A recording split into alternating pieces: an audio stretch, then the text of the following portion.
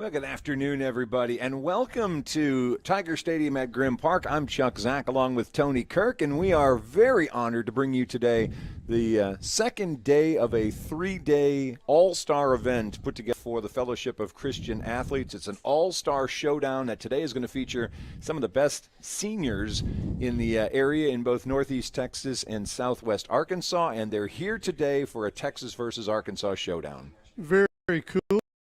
And we've gotten a little reprieve from the weather.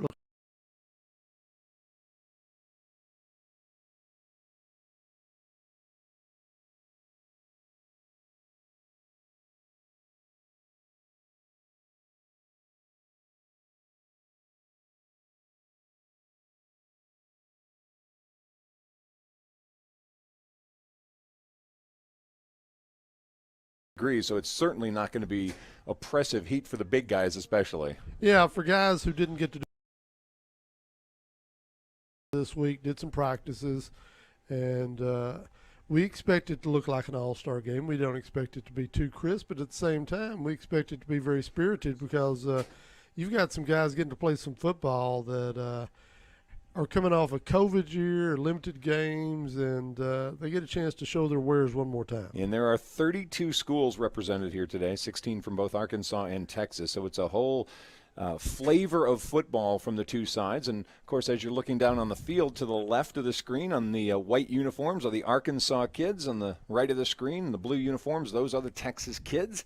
And we're about 6 minutes away from kicking this thing off. This is, I said, the second day of a three-day event. Day one was yesterday when we had a couple of all-star basketball games between Arkansas and Texas girls and then guys. The Texas side winning both of those yesterday, although early on it looked like maybe they would be in trouble in the girls' games, but they rallied and won both games. So at the moment, if you're keeping score, it's Texas 2 and Arkansas nothing.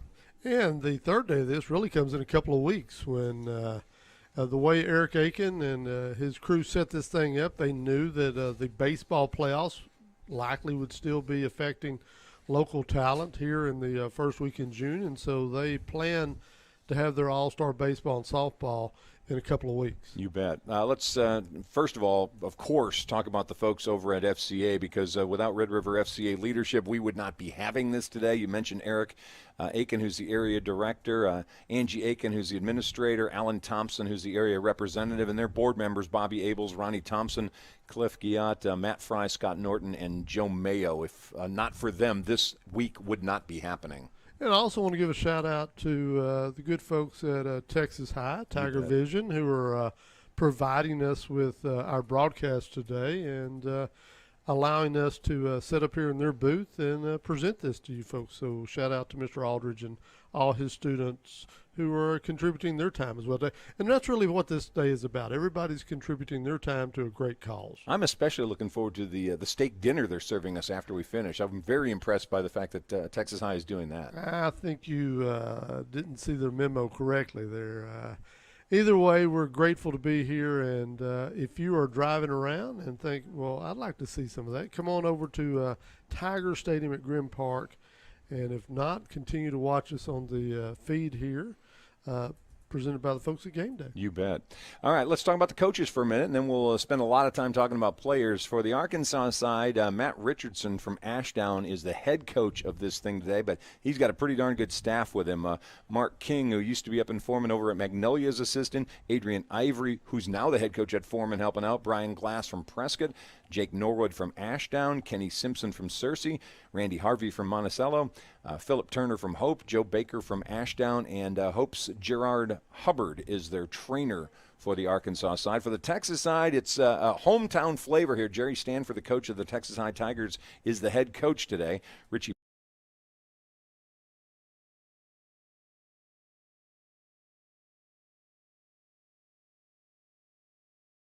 from Hughes Springs, Matt McClure from Atlanta, Eric Dradi from Queen City, and Richard Strickland from Paul Pewitt. The trainers for the Texas side are Forrest and Stephanie Bridges and Hannah Finch. So we've given you the guys who have been setting the plan, trying to get these guys who have had very little contact with football since probably for a lot of them, maybe November, some December, trying to get them coordinated, organized, and set some kind of a game plan up to play a little football today. I tell you what, it's good these coaches are volunteering because you couldn't afford those staffs. Those are some guys that are some of the top coaches in the area volunteering, giving up their first weekend of summer to come out here. If you wonder about the men who lead the athletes in this area throughout the school year, you get an idea of their character, the fact that they're willing to give up their first weekend in summer to volunteer to work this ball game. And, of course, this has been a 2-year labor of love for Eric Aiken. Now, before we ever get going with anything else, we'll certainly mention this. He's been trying to get this thing planned for a couple of years, and just were unsuccessful because of COVID last year. This was supposed to be year 2, but we're finally here in June of 2021, and we're finally going to get the first of the FCA All-Star weekends, or weeks rather, underway for part 2. Looks like we're getting ready for our prayer and our national anthem, at which time we're going to throw it down to our field mics, and looks like everybody's getting ready, so we'll be quiet.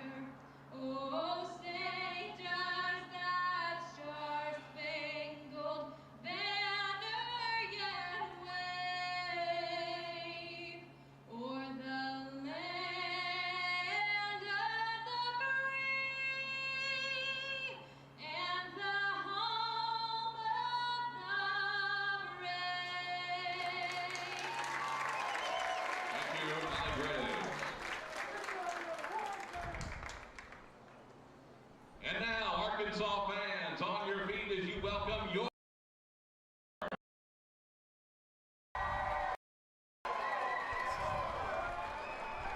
The head coach is Matt Richardson of Well, that was Allie Graves from Texas High singing the national anthem, and as always, if you've heard her before, does an amazing job. Yeah, she did the national anthem at the Ranger game, I think 2 weekends ago. She did that, I saw, and you're right. She does a great job wherever she performs here locally or all over the countryside.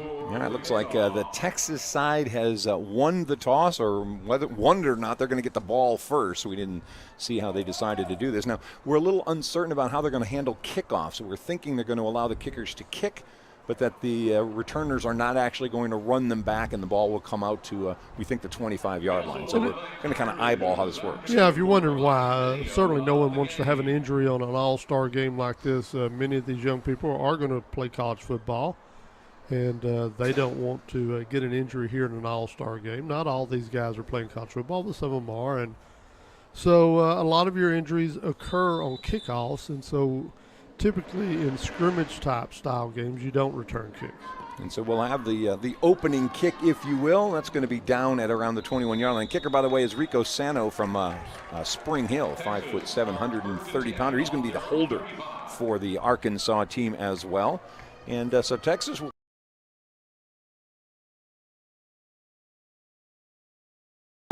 try to figure out exactly who's on the field and give you some idea. We didn't get a starting lineup, so we're just going to kind of eyeball our way around this. Looks like for Arkansas on the defensive line, we've got Matthew Pouncil as one defensive end. On the other side, looks like Jakirimon Zachary is the other defensive end. Defensive tackle Kyron Kidd from Camden Fairview, and Gustavo Romo from Spring Hill. That's the front four. We'll get going here. Is the quarterback for the Texas sides, Brock Neller from Mount Vernon. Yeah, we had an all sides, so we'll probably have to stop. It's like you may have noticed on the clock, we're only playing 10-minute quarters today. And then we get our first flag on the first play. Neller, by the way, is the real deal quarterback. Of course, he was quarterbacking for Art Briles over at Mount Vernon. He's a 6'1", 227-pounder who was the 3A honorable mention all-state quarterback. He is playing at Texas A&M Commerce next season. 3,200 yards, 32 touchdowns, 6 interceptions this last year, and ran for another 1,000 yards and 13 touchdowns. And he looks the part, very athletic-looking young man. And you say, really, he's the only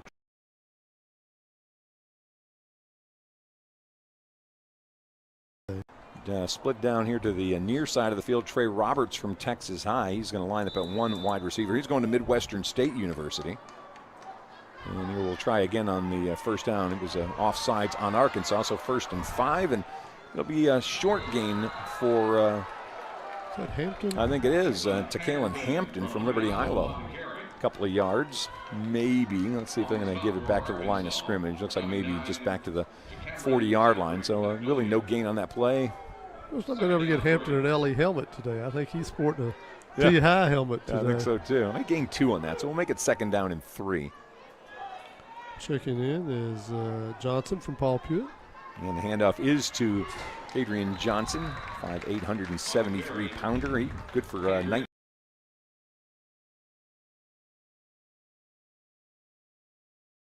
And if you know anything about Pewitt, they like to run the football.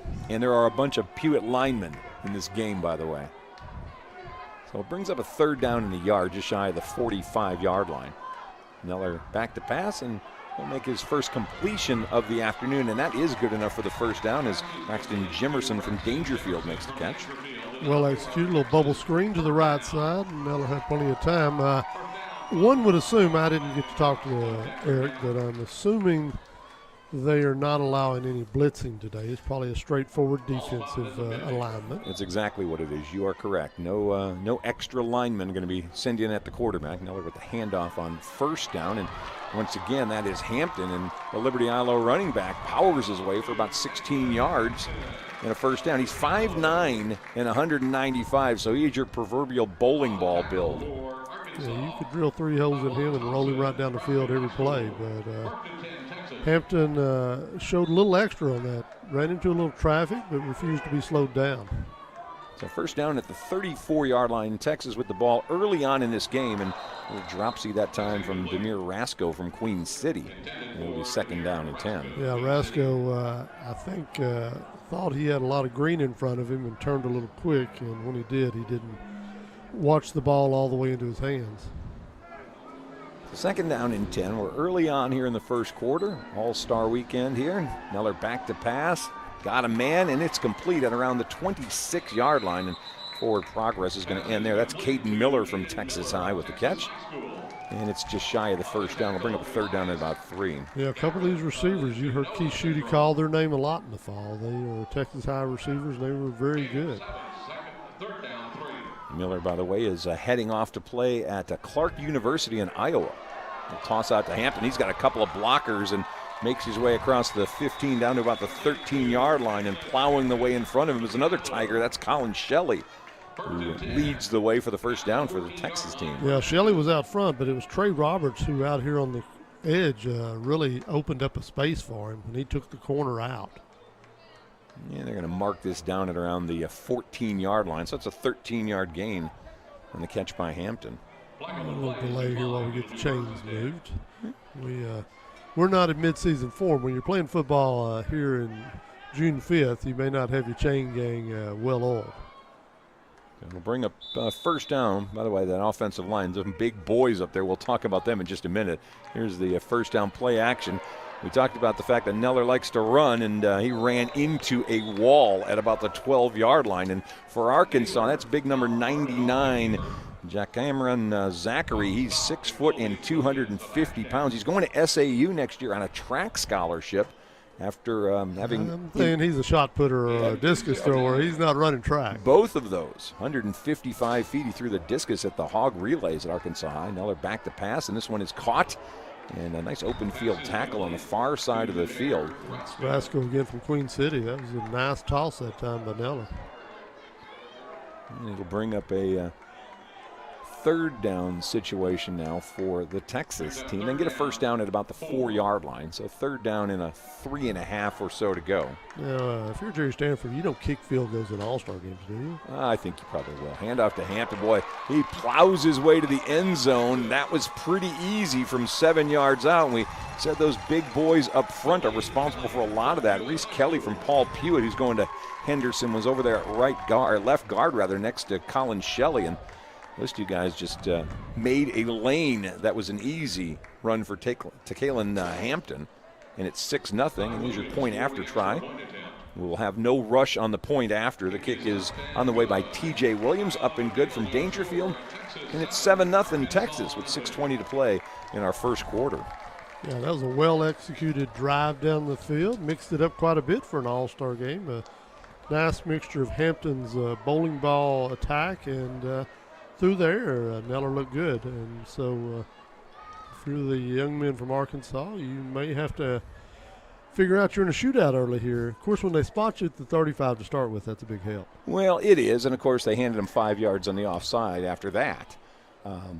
But I think that the fact that Texas has a quarterback who makes you have to worry about is it going to be run or pass makes the Arkansas side coaches have to deal with a little bit more. The quarterbacking that we heard about for Arkansas, this is probably going to be a wing T kind of offense that they're going to run, so a lot more one-dimensional potentially than what Texas has. Well, and it's going to be interesting to see. You and I both know a lot of the wing T is about timing, and they've only had a few days of practice. The left-footed kicker, T.J. Williams, drives this one. It'll be caught at about the 11-yard line, but it'll come out to the 35. And again, we'll explain that with each kick. We don't want anybody getting hurt on kick. Exercise their leg and some air time, and we'll put the ball at the 35-yard line. A little bit of a ghost kick there. Yes. Kick it and don't get anybody hurt. Yeah. All right, defensively, and again, we are getting, just as they're coming out here, we see Richard Hall, the 6 foot, 220-pounder on the defensive line. He's a Mount Pleasant kid. And Christian Surratt, that's number 90 in the middle of the screen for defense. He's a 6 foot, 265, going to Midwestern State University. And here we'll go on first down. And on first down, we're going to have a little tricksy stuff here. We may not have a throwing quarterback, but how about a throwing running back? Problem is your quarterback can't catch. Yeah, he caught the ball like a quarterback. That time, Jack Arnett from Prescott was the intended receiver, I guess is how you refer to that. Jeffrey Williams from Prescott was throwing to his teammate Arnett, and Arnett, as we said, looked away just a little early, and so we get an incomplete and 2nd down and 10.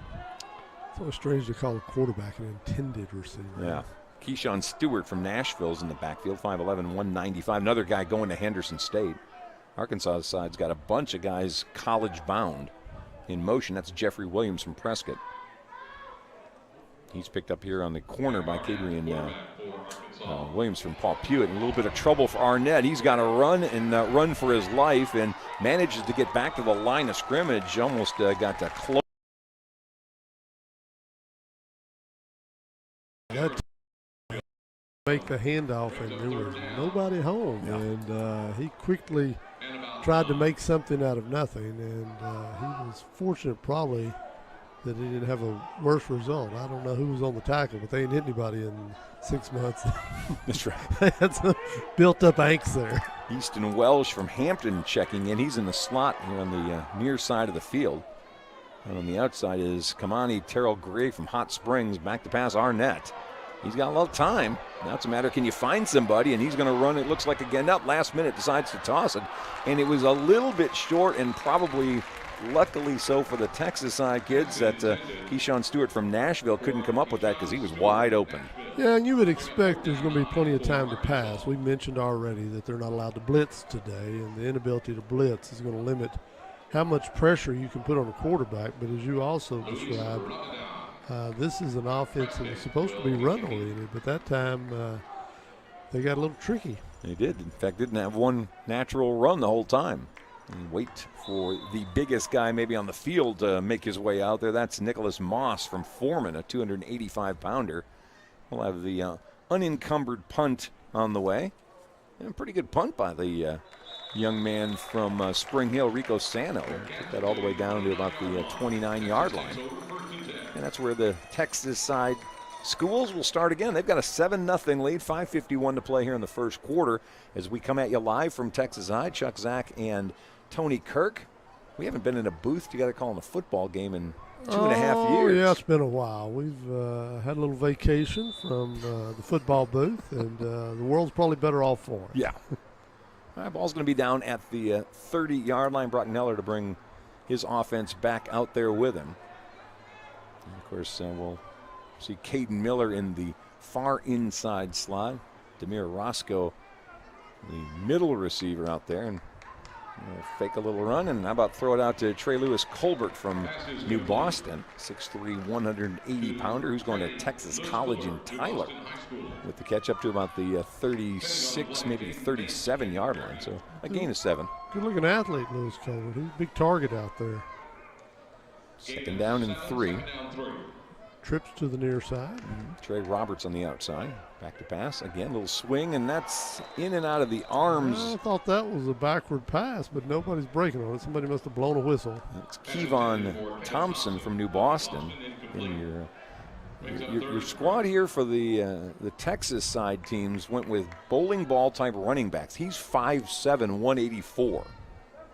So it's 3rd down and 3 now for Texas, and both the incompletes that Neller's had have been drops. 3rd down handoff inside, and it's going to be a little shy of the 1st down for Travion Kennedy from Dangerfield. And if you're like me and you're looking at the officiating position and you're confused, well, I am too. Typically you have your white hat in the backfield. I don't know if we're running a true white hat here. He's almost at a field judge position. He's out of bounds. And so, which you typically don't have at the high school. We've got 5, 6 officials here. 4th down and 1, and Texas decides to go for it, and Hampton picks.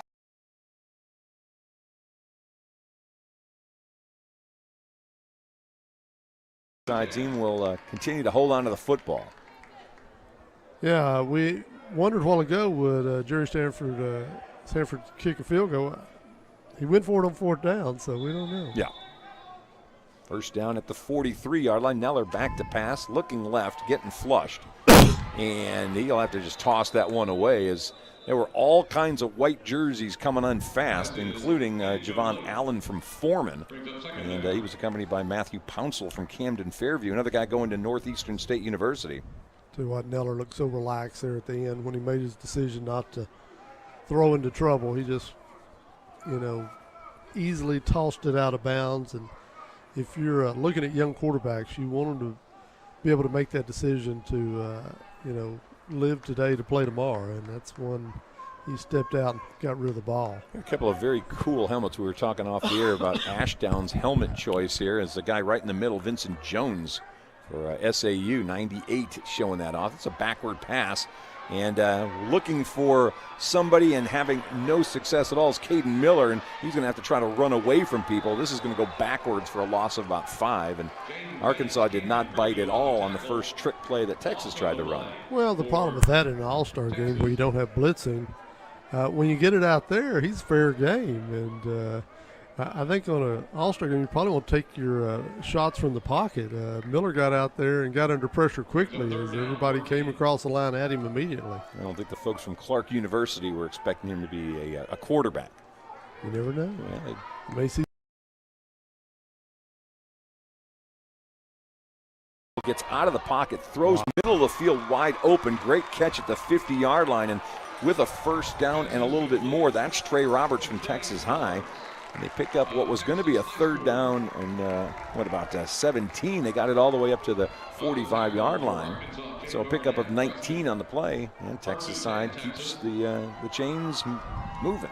Brock Miller continues to impress me. That time he was rolling to his left and didn't have a lot of time to get his feet set, but he found an open receiver and delivered it. Well, Art Briles can coach him up a little bit to quarterback. First down pass. This is out here on the flat. That's a catch by Demir Roscoe again, and he'll get maybe a yard out of that, and that's about all. Yeah, the young man from Queen City slipped a little bit there. No surprise. We had some showers this morning and overnight, so this is a slick field turf this afternoon here at Tiger Stadium at Grimm Park. Third down and 9, ball at the 44-yard line. You see all these red helmets in the bottom of the screen. Those are Magnolia Panthers. Little motion that time. And so they'll walk them back 5 yards. That'll make it 14. Identify them real fast. Robert Mack down here at corner. He was actually an all-conference safety this season. And, of course, then behind him a little bit and off toward the middle of the field, Marcus Harper from Magnolia as well, 5'11", 190-pounder. And then, of course, the defensive end, 99, that's Zachary, we've already talked about. Toss out here, and a little bit of running room for Adrian Johnson from Paul Pewitt. Yeah, that time he did a good job of following the block that was there. We're back down to a 9-yard-to-go situation. Third and long. Yep. Third down 9. We'll have receivers split on both sides, 2 on either side this time for Texas. Neller back to pass. And again, getting flushed to his left and now giving up a lot of ground. Gets a little block from Colin Shelley. And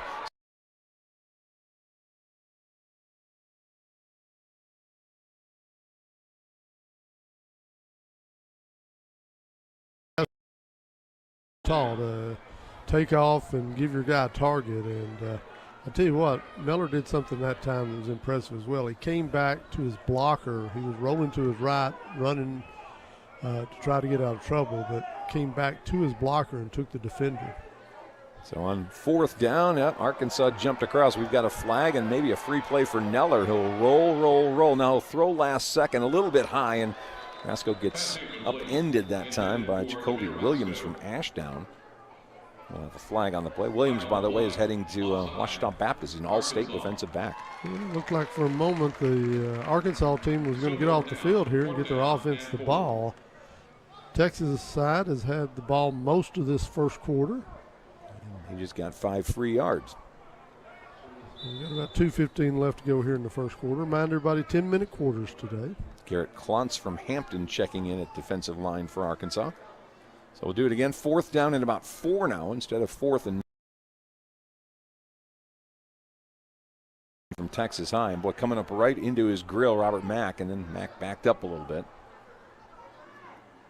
Neller with the one-hand snag. Oh, he's so calm. He's going deep for Roberts, fighting down the sideline. And tell you what, I think he was locked up tight that time by Robert Mack from Magnolia, and it's going to be Arkansas's ball on the incomplete. Yeah, you're right. And that time Neller threw the ball to where only his guy could get it, and so he was not able to get by the defender. And so Arkansas's defense does get off the field, and their offense is going to get another shot as for just a moment there, the sun broke through. Yeah, it's just a tease, I'm afraid. All right, series number 2 now for Arkansas. Jack Arnett back in there at quarterback. First down at the Texas side, 39-yard line. A little trick inside, and that's a good-looking play for Arkansas, who's brought it all the stops. It's Garrett Osman from Searcy. The 6'3", 230-pounder. Normally he's a tight end. They found him on that little inside trap, and about an 8-yard gain, and we'll bring up second down and 2. Yeah, that's a staple of the wing side trap. Tell you what, we may have to give up our mics. Eric Aiken's in here. He's used to calling the shots and calling the play-by-play and providing the color. There's a third headset right there for him. Second down and 2. Handoff inside. Not much going. Good defense that time as Brandon Moore from El Dorado got tripped up early, and that play got blown up in a hurry. 34 is Kelvin Nesbitt from Mount Pleasant in there on the tackle, and it's going to bring up third down and 2. Mr. Aiken, how's it going? Man, little relief. Little relief. We got to kick off, and I see sun coming out. That's the kind of gift you have. You bring sunshine to the world, my friend. Wow. Wow. Yeah, exactly. I really don't know how to take that, but we'll go with positive. Here's 3rd and 2, and it's going to be Arnett himself keeping it, trying to get to the sticks, and he's going to fight his way through the tackle to get the first down. In on the tackle, Ramaj Vaughn from DCAM on the tackle, and it's going to be first down. Arkansas. Plays a good example of people were wondering if we were going to have real football. That's real football there. Folks are hitting out there. Yeah. Eric, did you tell them just turn it loose?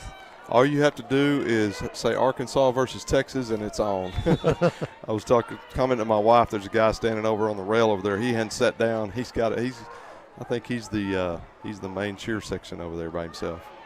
Nashville's back Keyshawn Stewart with the carry, but tripped up again in the backfield. Kobe Kelly. Yeah, that defensive line for the Texas side has been very active so far. Yeah, Kelly came back from the linebacker position that time and read that quickly and made a great play. Yeah, Christian Surratt, and you've got Vincent Peters in there, a couple of big guys.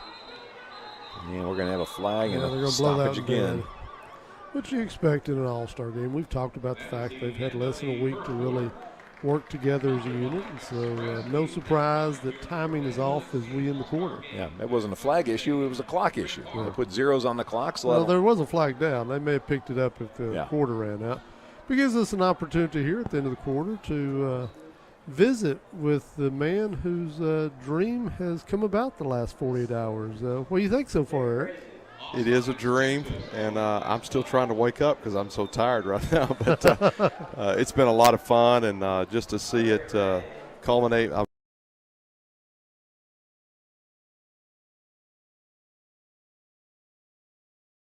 Concept to reality. It's a lot of fun, and man, we've had a great week this week, and it's been 7 years in the making, so here we are. Did you plan on the 72-degree kickoff June 5th? No, sir, I didn't plan on that, and I'll tell you this, I didn't plan on 70 degrees with about 150 humidity outside either. So. Well, there is that, but those of us who have grown up around here understand that this could be a lot worse today. Stay around 48 hours if you don't like the weather, because I promise it's going to change. It's going to be different. The quarterback for Arkansas team, he's been a lot of fun to be around this week. It's very hard in today's athletics and with this generation to have a vocal leader. The kid's a vocal leader. He and the quarterback, Brock Naylor for Texas side, both of those guys are natural leaders. Did you hear how he said that? Say the quarterback for Texas name again. Brock Naylor. Whatever. We had this discussion about it before the game. Anyway, Arnett back to pass. Oh, and that ball's going to be dropped by Keyshawn Stewart. And it's going to bring up, it'll be second down now. Well, there was a lot of green in front of him, and he had his eye on that, not the football, and the little swing pass that was well designed, and he looked like he was going to be off to the races, but unfortunately he forgot his luggage. His son may have got him. Well, what's crazy is last night they went 3 for 22, and it ultimately cost them the game probably because last night 2 close games. Great games of basketball. You couldn't ask for any better basketball for an all-star game last night, and it's things like that. And that's what's going to happen. Kids hadn't played since fall. Yeah. Did you get an attendance number last night? We estimate, we know that we had 600 that's bought tickets, and then we let coaches in at no charge, plus our players that were there. We estimate around 750. So we're very thankful for those that came out. If you're wondering what happened down on the field, there were a couple of seconds left on that flag that was thrown, so they ran one more play. That gets us now to the flip of the quarter. I'm wondering if they were going in the same direction for the whole game. Now they flipped back around. So here's the beginning of quarter ball number foul, 2. Yeah. as they say in the NBA. So 3rd down and 10 is where we are. As we start quarter number 2, 7-0 lead for Texas over Arkansas. Number 71, linebacker for Texas, is actually headed to Tulsa, going there in July. So really? A little D1 action out there. All right, Arnett back to pass. He's got some pressure coming. Boy, big arm. And he overthrew everybody. He was intending for Jeffrey Williams from Prescott. A little teammate connection, but he tossed that ball a good 55 yards in the air and just a little bit far for Williams, and it brings up 4th down. You can only all 4 of them met at the quarterback that time. It appeared to me is a lot of pressure that time. That's you said he's a vocal leader? Yeah. I think when he gets to the sideline, he's going to have a discussion with some old linemen there. That's right. That's right. You know, Arkansas is running that wing T. Kenny Simpson, the offensive coordinator for the Arkansas team, a guy that's from Searcy. If you look him up, he is huge. I mean, he's got his playbook and everything. He's already sold 5,000 of those things. It's pretty crazy. Great guy. Does a coach's cruise. Really? Yeah. Yeah. Like cruise around where? Like To Gray or out in instead of a coaching clinic at Longview or Texas A&M, you go on a cruise. And I'm not going to tell you that, but there's 3 people in this conversation, and one of them has been on that cruise with him. Wow. So I'm not talking about just on. this ain't Lake Wright-Patman. Okay, I just want to make sure we're not on a pontoon with a chalkboard. There's going to nothing town. wrong with that. There's Yeah, nothing wrong with All that. right. Yeah, no, it's last time we went, it was a three-day cruise, went down to Cozumel and back, and did coaching clinics in the morning. We did some FCA stuff as well, and so he does a great job. Really appreciate him being here, coming down from Searcy. He's actually did so well with his stuff that he stepped down from head coaching and is going back to Batesville Southside. Yeah. Well, there's the maybe best defensive play for Arkansas so far. Javon Allen from Foreman with the tackle on Hampton for a loss of a couple. Gustavo Romo from Spring Hill finished that thing up with a big hit. Yeah. Second down, Naylor drops the ball. Now he's rolling right and looking, and he'll throw this one away out of bounds, and we'll have third down coming up. I'm going to tell you, at practice this week, this new Boston receiver he's really surprised me. I mean, that kid's got hands, and the thing is in Boston they run the wing tee, so they're not throwing.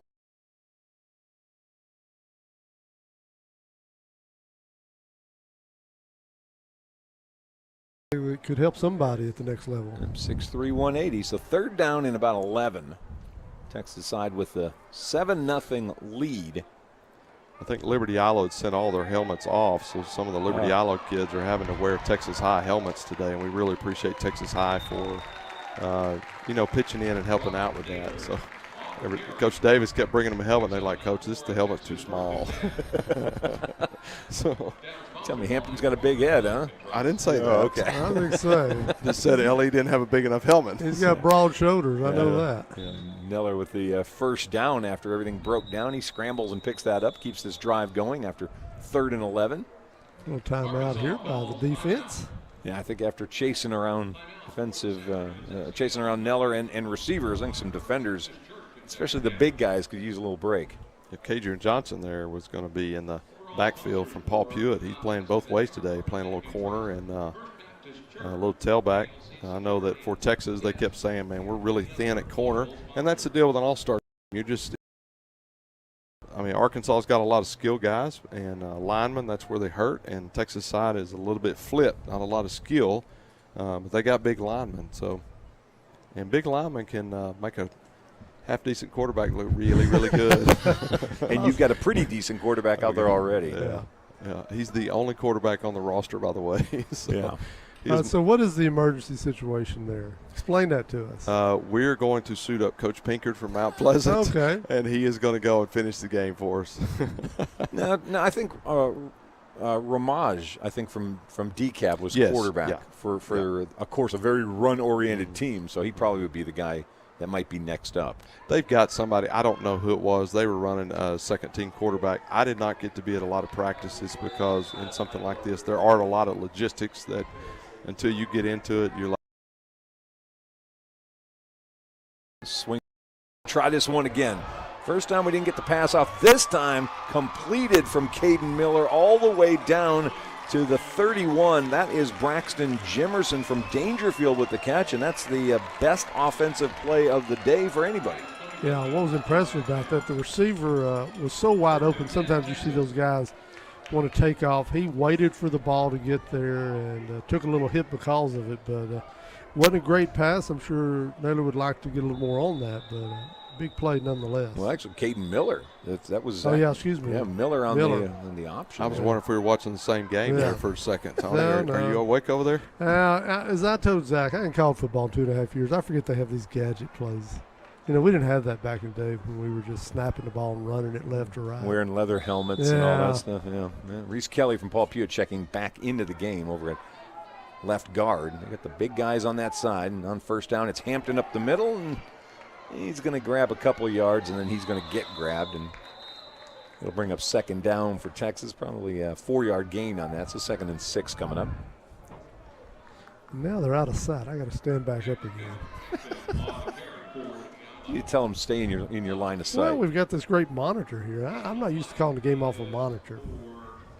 Aiken, when you call games, you call it the monitor, you watch film. I watch film, and I watch the replay on the monitor to make sure I called it right. Yeah. You grade yourself on that? Got a helmet off. Yeah, that was the center, Jet Morris from Paul Pewitt. Yeah, lost his hat. We need somebody else in there. Yeah. It's Hampton again with a couple of yards, and he goes out and in.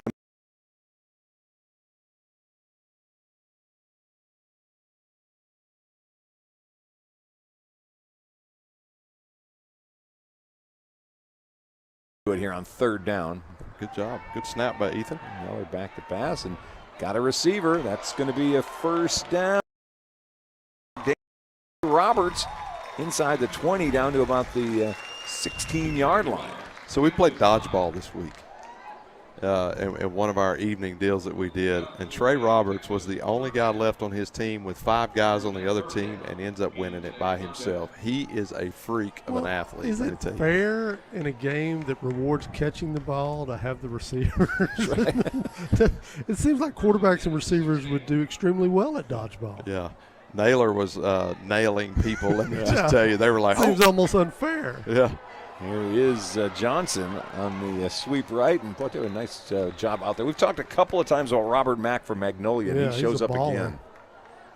He came off a block, and, you want guys on the corner that can cover, but if they can come off and make plays like that, he's going to find a lot of playing time.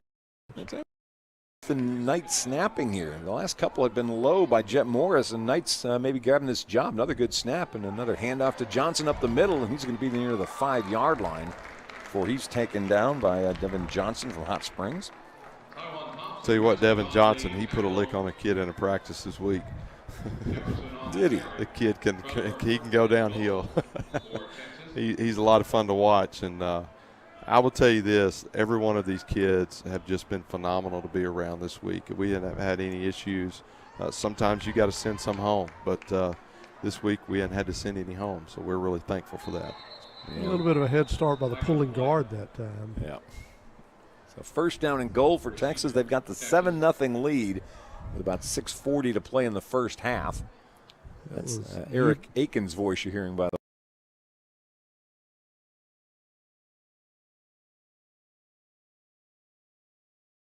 I don't blame him. No. You want to get out there. Johnson's going to check out, and coming in is Trayvon Kennedy from Dangerfield. He's heading to Kilgore College. We really appreciate Tiger Vision and Charles Aldridge for taking care of us today, and Game Day for allowing us to post it. Well, what a run by Hampton, who got the direct snap, and I haven't seen hands go up. He may be very close to the end zone, but they went Wildcat that time. And Hampton, we got replay back up and running. Okay. Very cool. Well, let's see the replay on that. I think we just did. Oh, we did? You and I missed it. I was looking at the field again. I didn't know we had replay. You got to replay it in your mind, Tony. You know you do that. First down. Everything I do. First and goal. Again, direct snap to Hampton, and this time he's going backward, not forward. Nice job defensively that time by 55 for Arkansas. That is Kyron Kidd from Camden Fairview. 6 foot, 275-pounder heading off to Northeastern State University. Tell you what, the big former Cardinal that time made a heck of a play one-on-one. As I'm sure Hampton's not used to being brought down by one individual, but that's a big individual. Yeah, it's a loss of a couple on the play. We're going to get a timeout by the Texas side. Jerry Stanford wants to talk about it on third down. I guess third. Is it third? It should be second. Either way, third down and goal with 5:45 to play here in the first half. See, the beauty is we've got Aiken up here with us. If he says it's third down, it's third down. Right. He's running this thing. If he's got to make a call down the field, it's third down. Man, I've been called everything this week. Coach Pinkard will not let it go. He's like, hey, the commissioner's here.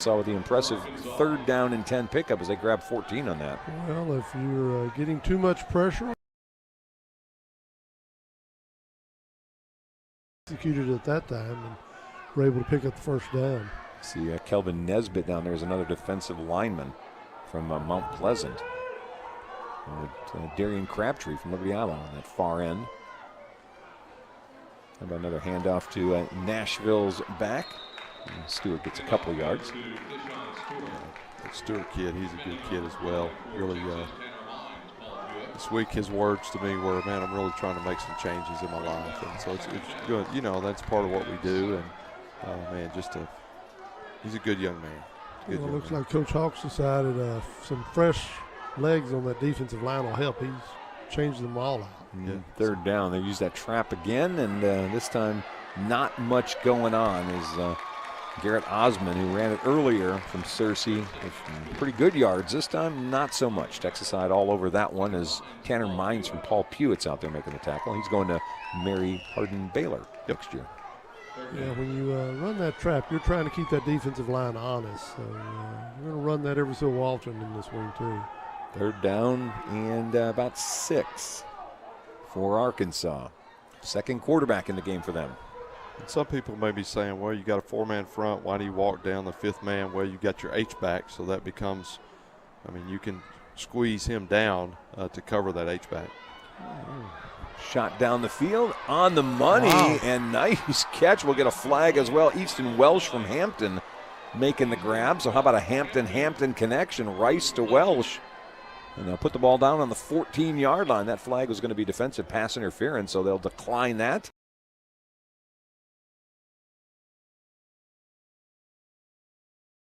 The left hand. Yeah. And so we need to send that one to Sports Center there, Anakin. I'm good with that. Yeah. I would love to get coverage.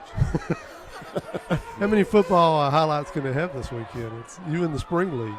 That's it. So, hey, we're good with that. And anybody that's watched the Spring League knows there's not a lot of highlights. Did you hear about the FCA All-Star game? So it's down to the 14-yard line. We'll check and see if they can pull the replay back on that one. Well, obviously, they marked it as a catch, so it's 1st down Arkansas. Back to Arnett at quarterback. He almost ran it like a wildcat, and he's going to try to outrun a defender, and he does that. Pushes him to the ground, and it'll be 1st and goal for Arkansas as Arnett's down to about the 2-yard line. Well, you called it a wildcat. It was really almost a single wing formation. They stacked the 2nd line behind the front line and went heavy to the right side, only to reverse field on it. Yeah, I would imagine it's fixing to be their goal line heavy package. They're going to come in with, and they've got their setup, they've got the line, and then they've got 3 linemen behind them pretty much. And here we go, crashing in. Arnett's got no problem walking in behind that double wall for the first touchdown of the day for Arkansas. Comes with 3 minutes to play in the first half, and they're on the board with a 14-6 game. And we'll get our first look at their kicker now. Arkansas is going to bring out Luis Rabadon from Prescott. He's going to kick at Henderson State. And you talked about Oscar Hernandez's success. He's 65 of 68 kicking point afters this year. Well, if you're Ashton Rice, you bring them down the field, and then they bring the running quarterback in to get the glory. No, the glory's on the long pass. It's all about the team, Tony. It's That's all right. about the team. It's an all-star game. There are MVP trophies, I will tell you that. So we need to be watching for offensive and defensive MVPs because I think Chuck Zach and Tony Kirk can select that today. Oh, we get to. I didn't know this. I'm looking at accurate stats. Making notes then. Kick is up and good, so it's a 14-7 ball game. 3 minutes to play in the first half of our FCA.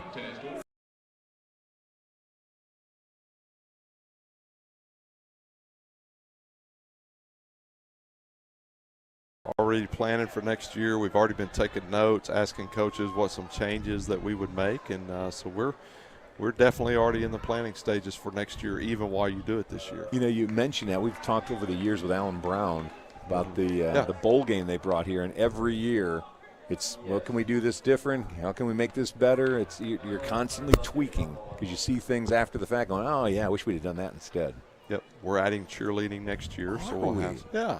You're going to look good. It's a year late. Yeah. Huh? My daughter's graduating. Yep. Yeah, we also call it the drama department. Oh. Oh, I'm distancing myself from that. I will not be associated with that. There's a lot of things about FCA I love and appreciate, but that comment is Yeah, if you will distance yourself from it, you must agree. So, no. We're really excited about adding cheerleader. Number one, we're going to do like a mini cheer camp. Those girls are going to have an opportunity to invest into the younger generation, and then it just adds to the atmosphere. If I could figure out a way to do all-star,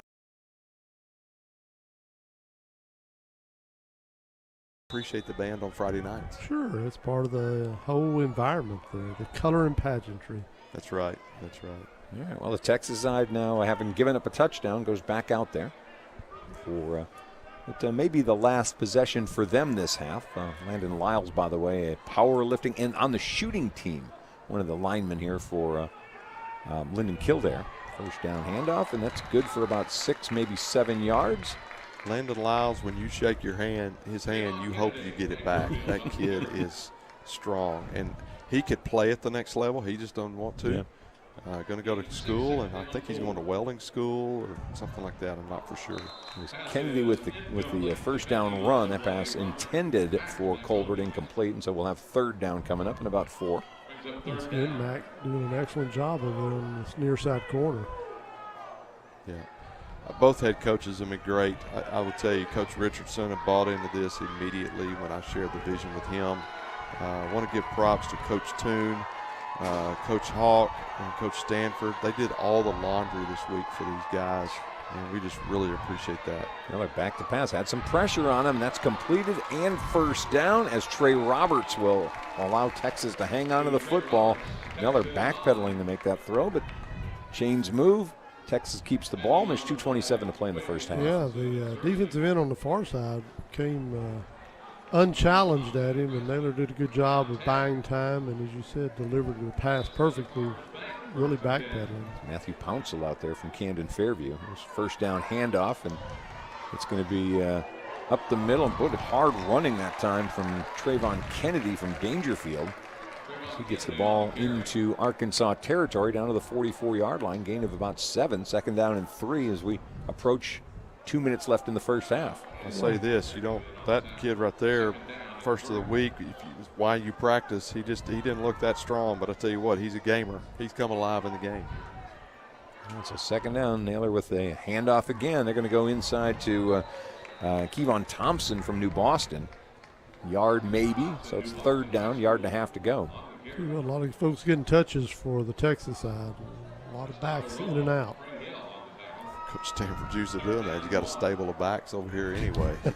Good Lord. I think he's got 5 this year, and he can interchange them pretty easily. And a pretty good quarterback in McHenry. Oh, yeah. Again, Kevon Thompson. That's going to be a first down as Texas gets the ball across the 35-yard line. They'll move the chains one more time. And we're down to 1:25 to play in this first half. Ball's at the 34-yard line, first down. I'll tell you what's fun is I can say this pretty accurately. Every one of these coaches that are coaching had a kid either get an offer or sign an offer this year to go play at the next level, whether it's D1 all the way to D3. Right. So these guys understand talent. Another run that time from Thompson. 3 in a row, and they'll pull him out and give him a breather. And back in, we'll check Trayvon Kennedy. Under a minute left to play. Naylor back to pass. Looking right, getting flushed, throws the ball, and that's in and out of the hands of Trey Lewis Colbert. It'll bring up second down. That's our fault because we all bragged on him. Everything that happens today, we're blaming on Tony. Yeah. That's all right. I usually do anyway. Yeah. That's right. That's right. So you're naming what, offensive, defensive MVPs? What are we naming? We're naming offensive both. and defensive. All right, so we got to keep an eye on that now. And off to Kennedy. I tell you what, there is a run-stuffing play inside by Kyron Kidd from Camden Fairview. He's a fun kid to be around. And that joker, he can eat. I tell you what, I fed those guys all week, and we go back to the dorm and like, Coach, can we order a pizza? I'm like, I just fed you. Yeah, I bet their mamas are glad you've got them this week. I think his diet is pizza and running backs. Pretty much. All right, 4th down and 3. Now they're back to pass. Ooh, boy, that's Mack, and there's going to be a flag coming in late on that as Mack got there just as the ball got there, just as Roscoe got there, and they're going to throw the flag for pass interference, and Arnett's out there arguing that that was on time. That was a gutsy call there by the official. So, and speaking of official, appreciate him being here today. Yeah. It is a hybrid crew. And Tell me, they're is that Bobby Abels out there? Bobby Abels is not out there, but Who's in the white hat out there? that is James Cranford. That's So Cranford. Bobby Abels is on the sidelines. That's what I thought. I thought, shit. So Cranford, Bobby and I were talking last night, about to enter his 41st year of Yep. officiating. Yep. So Bobby's on the sidelines and he's evaluating. Okay. Well, that's what he does now. He And does this is what he told me. He said, "I'm either on the sidelines or press box. I'm not sitting Yeah. anywhere Well, in the stands." That's what he does for the SEC now. Oh, yeah. Automatic 1st down. Now they're going for the end zone, and that ball's almost intercepted. That was in and out of the hands of Keyshawn Hicks from Mineral Springs. And it's 2nd down and 10. 14 seconds left in the half. Yeah, you got to appreciate these guys coming out here, and they're not going to be in midseason form either. Your officials, and I told Chuck earlier they're using the strangest mechanics I've ever seen here. I've never seen the white hat. Yeah. Yeah, they're all out of position. That's what they told me earlier. 2nd down. Neller avoids the rush, almost slips again, and then throws it away and pays for it as Devin Johnson from Hot Springs put down hard Mount Vernon's quarterback, and it's 3rd down. And who's the coach from Mount Pleasant we're going to win? We nicknamed you Daddy P this week. Coach Pinkert. You can say that was a tough hit on Naylor. He's a tough kid. He hopped back up, but that's one where he kind of stumbled early in the process and never got his feet set, and then at the last second tried to find a connection, and unfortunately it was to his chin. Yep. All right, well, we've got 6 seconds left. And I'm not sure exactly what.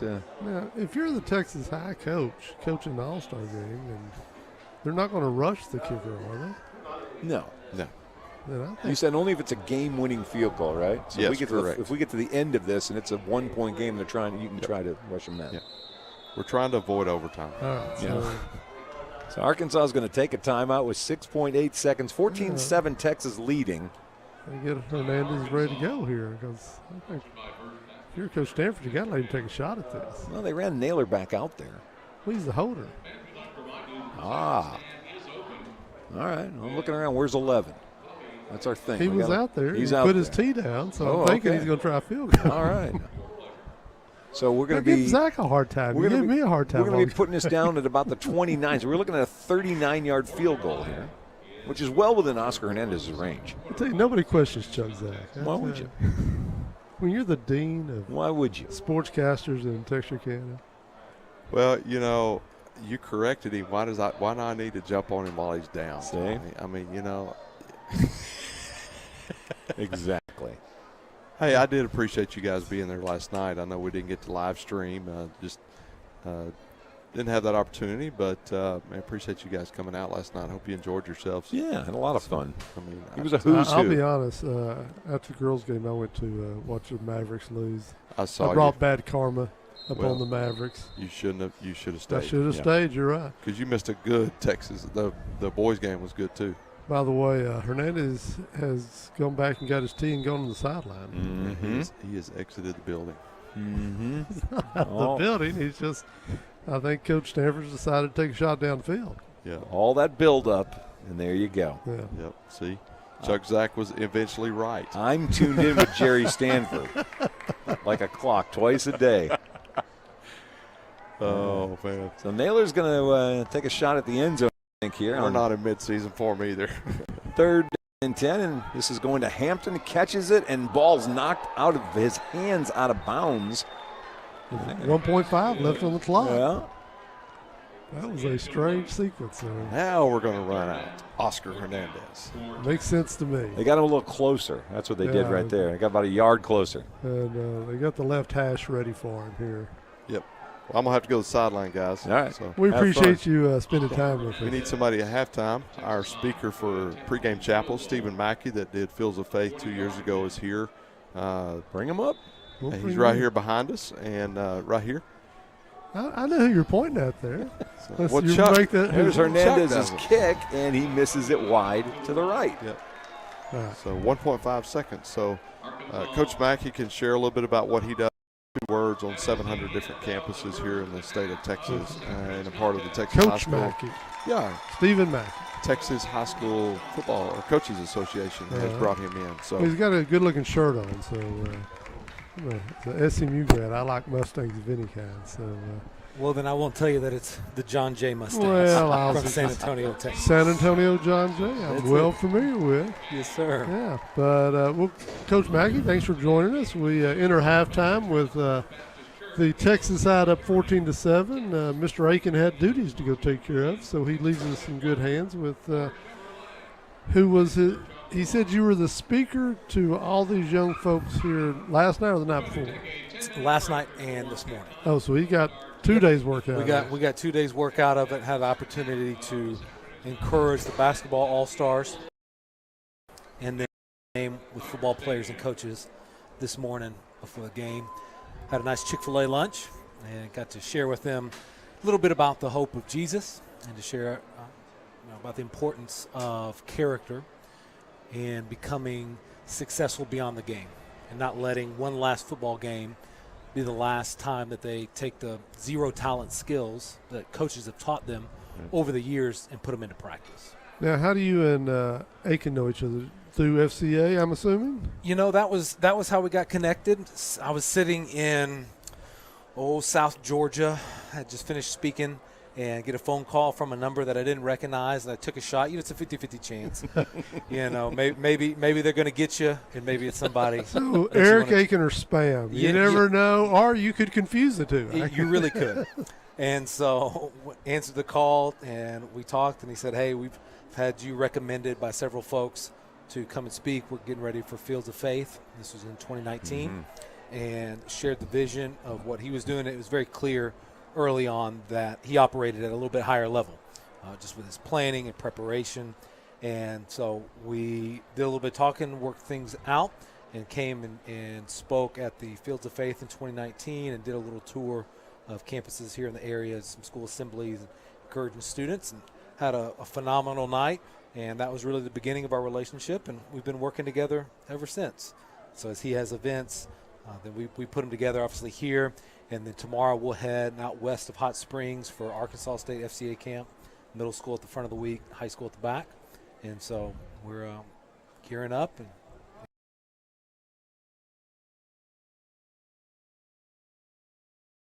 Well, that and spread the message. That's I mean, he's got a large territory, and as you said, he's very good and organized about being a planner and an organizer and all that stuff. But this is a big territory to work, and there are a lot of schools. I think we had something in the neighborhood of 250 kids. He said were involved in 35 schools here, Right. And that's just to give you a taste of the area that he services. That's right, and to do it well, and you saw even just as he was talking about the game, he knows people by name. Oh yeah, He knows coaches, he knows kids, he knows their stories, and it's one thing to be able to put on and to lead a big area, but it's another to be able to do it in a way that is personal and intentional, and that's what he does. Okay, are you FCA or he called you coach? Are you Yeah. still coaching or? So I'm not a part of the FCA staff, though I've long worked with FCA and in high school and college was a part of FCA. What I do, around 2008, I graduated from A&M and moved to a little small town, Blanco, Texas. And there in Blanco, met the coach's name was Danny Rogers at the time. Bill Tesh was offensive coordinator. He's now the head coach there. And met with him and just said, hey, here's who I am. Here's my story. And I'd be happy to serve in any way that I can. And that initially gave me the opportunity to help with the summer off-season conditioning. At the time, UIL didn't allow the coaches from the school to run summer off-season, and so I volunteered to do that. And at the end of that summer, I built some great relationships with kids and had the opportunity to do some pregame chapel. Now FCA calls it a character coach. Didn't call it that at the time. Yep. Doing that before it was cool. And did that for 4 years, and then ended up in Kaufman, Texas, and did 3 years of the same thing in Kaufman. And then in January of 2012, a friend of mine said, 17, friend of mine said, man, I think you can make a living doing this. And I said, Cat, I give 7-minute talks before football games. You don't make a living doing that. And he challenged me. He said, don't start with no, start with yes. If you knew it could be done, what would you do? And so well, if I knew it would work, man, I'd make it online so that every coach in Texas could have access to it. Right. And we'd make it video-based, and I'd share the message, and we'd have a workbook with lessons for coaches and captains, athletes, parents, and then we'd create new lessons every year, and we would do what I'm doing at one school for every school. And he said, great. And so we took a step of faith and quit our job. My wife was all in, and we went after it. And our goal was 30 schools. We thought if we could have 30 schools that would use this program, it'd be awesome. And 30 schools turned very quickly into 100, turned very quickly into 200, and now as we finish our 4th year, we are over 800 campuses across the state of Texas. Now, who's this guy over your shoulder here? This guy right here is my son, Harrison. He's hanging in. Harrison's trying to tell you something. And he's trying to get in on the radio. Oh, is that it? Harrison, he needs some airtime. Is that what it is? We're at halftime right now of the what's the official name? We're calling this the All-Star Showdown. Oh, yeah. Here on the campus, well, not campus, here at Tiger Stadium in Grim Park. It may as well be the campus. I don't think it's a campus. This is one of the real unique places in Arklatex. It's a cool old stadium, isn't it? It's a great stadium. Really enjoying it. Harrison's having fun. This is probably the first football game he's been to in a while due to COVID and all of that. Harrison, are you having fun here at the game? Yes. Yes. Good answer, Harrison. Perfect. That's good. Perfect. Harrison just finished his first flag football season. And I got to be his coach, and it was the I-9 flag football, so it's all about sportsmanship and not being too competitive and all of that. And so as his coach, I was definitely not too competitive at all. No.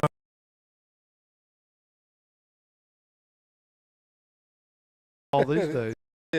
That's it. He's having a blast, and I will tell you there was one game where. We were up. Again, you don't keep score, stats, anything like that. Sure, nobody knows the score. None of that stuff. But I will say that we were 3-0 on the season. We were up 18-0 going into the halftime. And the other team, we were shutting them down. They were getting upset because we were rushing. They didn't think we should rush. And I said, look, I read the rules. Start 7 yards back, he can rush. That's not my fault. You can't stop him. That's your job. So, anyways, we were rushing. They got upset. So, did you quote him the rule book or the book of Leviticus here? I'm confused on. All right, Steve, we're going to get you turned in this direction so there we can get you go. on camera so that the folks out there can see who's actually talking. They don't care if you're talking to us. They care if you're talking to them. That's it. There you go. Here's Harrison. Yeah, Harrison, you're on the World Wide Web there. You're on the everybody. internet, so now you can't act too silly. You took all the fun out of it, Dad. What fun is you can't act so silly? So we'll ask the question. You said earlier it's a leap of faith. Can you make a living doing this? Are you making a living doing this? Yes, great question. Well, like I said, we're serving over 800 campuses across the state of Texas. Son, please stand up. Serving over 800 campuses across the state of Texas. And this summer, we will launch as the official character development provider of the Texas High School Coaches Association. Excellent. And so it's been just a great honor and privilege to be able to serve coaches across the state and to continue to do so, and beyond Texas.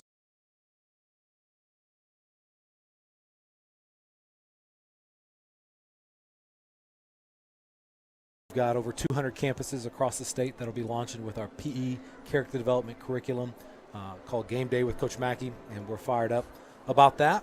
And really what started back in 2008 as a way to volunteer and serve has grown into this opportunity to not only make a great living for our family and for several other families, but to serve coaches across the state of Texas in a really meaningful way. So are you the 7-minute minister? Is that your hook there? Well, that's not the hook, but that's about as long as I have. Because you'll get more people to come to your meetings if you promise 7 minutes. That's right. Well, we're thankful, and we understand obviously that for coaches with all the different hats that they wear and all the different things that they do, that to be able to come in and give them a done-for-you character development plan that speaks the language that they speak, that is of them, is a way to serve them. Because every coach wants to raise up men and young women of character, but not every coach has time to create an intentional game plan for it.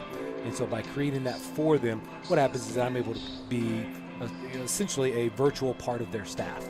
and then over 1,100 times in the last 4 years I've had the privilege of being invited in to come and share and speak in person. And so when you put those two things together, then it makes for a really powerful combination of equipping students and helping them become and see beyond the game, the zero talent skills. Everybody knows it's important to be big, fast, strong, right? But it takes zero talent to have integrity, to have a great attitude, discipline, be a person of your word. Those things, well, that's what makes a better teammate, right? We've all seen, you've called games of teams who had more talent but didn't have the zero talent skills. Now all of a sudden a 5-star character took a 3-star player and made him play like a 5-star player. That's what I needed to hear back when I was in high school. I had the zero talent part down. Just not the zero I'm still talent working skills. on the character part. That's good. Yeah. That's good. So where did you grow up? I grew up Bryan, Texas, played for Marty Criswell at Bryan Former High. Denison High School That's football right. coach. Won state championship Yep, at won a Denison state championship, did. High School. Hall of Honor coach for the Coaches Association. And so played for him and had a great experience there. And he was obviously a coach that coached beyond the game and cared so much. I can think very vividly different times in our career from freshman all the way up to where he came in and had us take a knee or sit down and relax. And he talked to us about things beyond the game, things that mattered much more than the school board. And that shaped us into the men that we've become. And so very indebted to him. Grew up in Bryan, played at Air Force Prep, graduated from there, and then a season at U of H. Actually Coach Brown's second season there. And then hung up the cleats, realized I was an average to below average defensive lineman. Not quite as good as Mama said I was. And hung up the cleats and finished out at A&M, got my degree, and then went out into the world, did the Three Little Pigs thing. Very good. Nice. Well, we appreciate you coming and spending time with us today Absolutely. in Texarkana. And I know Eric appreciates the word you brought to these guys this weekend and gals No doubt. who were involved in this All-Star weekend. No doubt. You coming back for baseball? Well, you know what? All I need is an invite. There you go. Awesome. Thanks, fellas. Keep You up the great bet. work. Thank Yeah, you. appreciate you. All right. Well, Stephen Mackey, kind enough to join us here at halftime. We got about 3 minutes left on the clock here at the half. yeah, it's a 14-7 ball game for those of you who are hopping on game day. We appreciate you being with us this afternoon. It is halftime. We're getting a little dark clouds Yeah, back. the umbrellas are popping back out. Yeah. So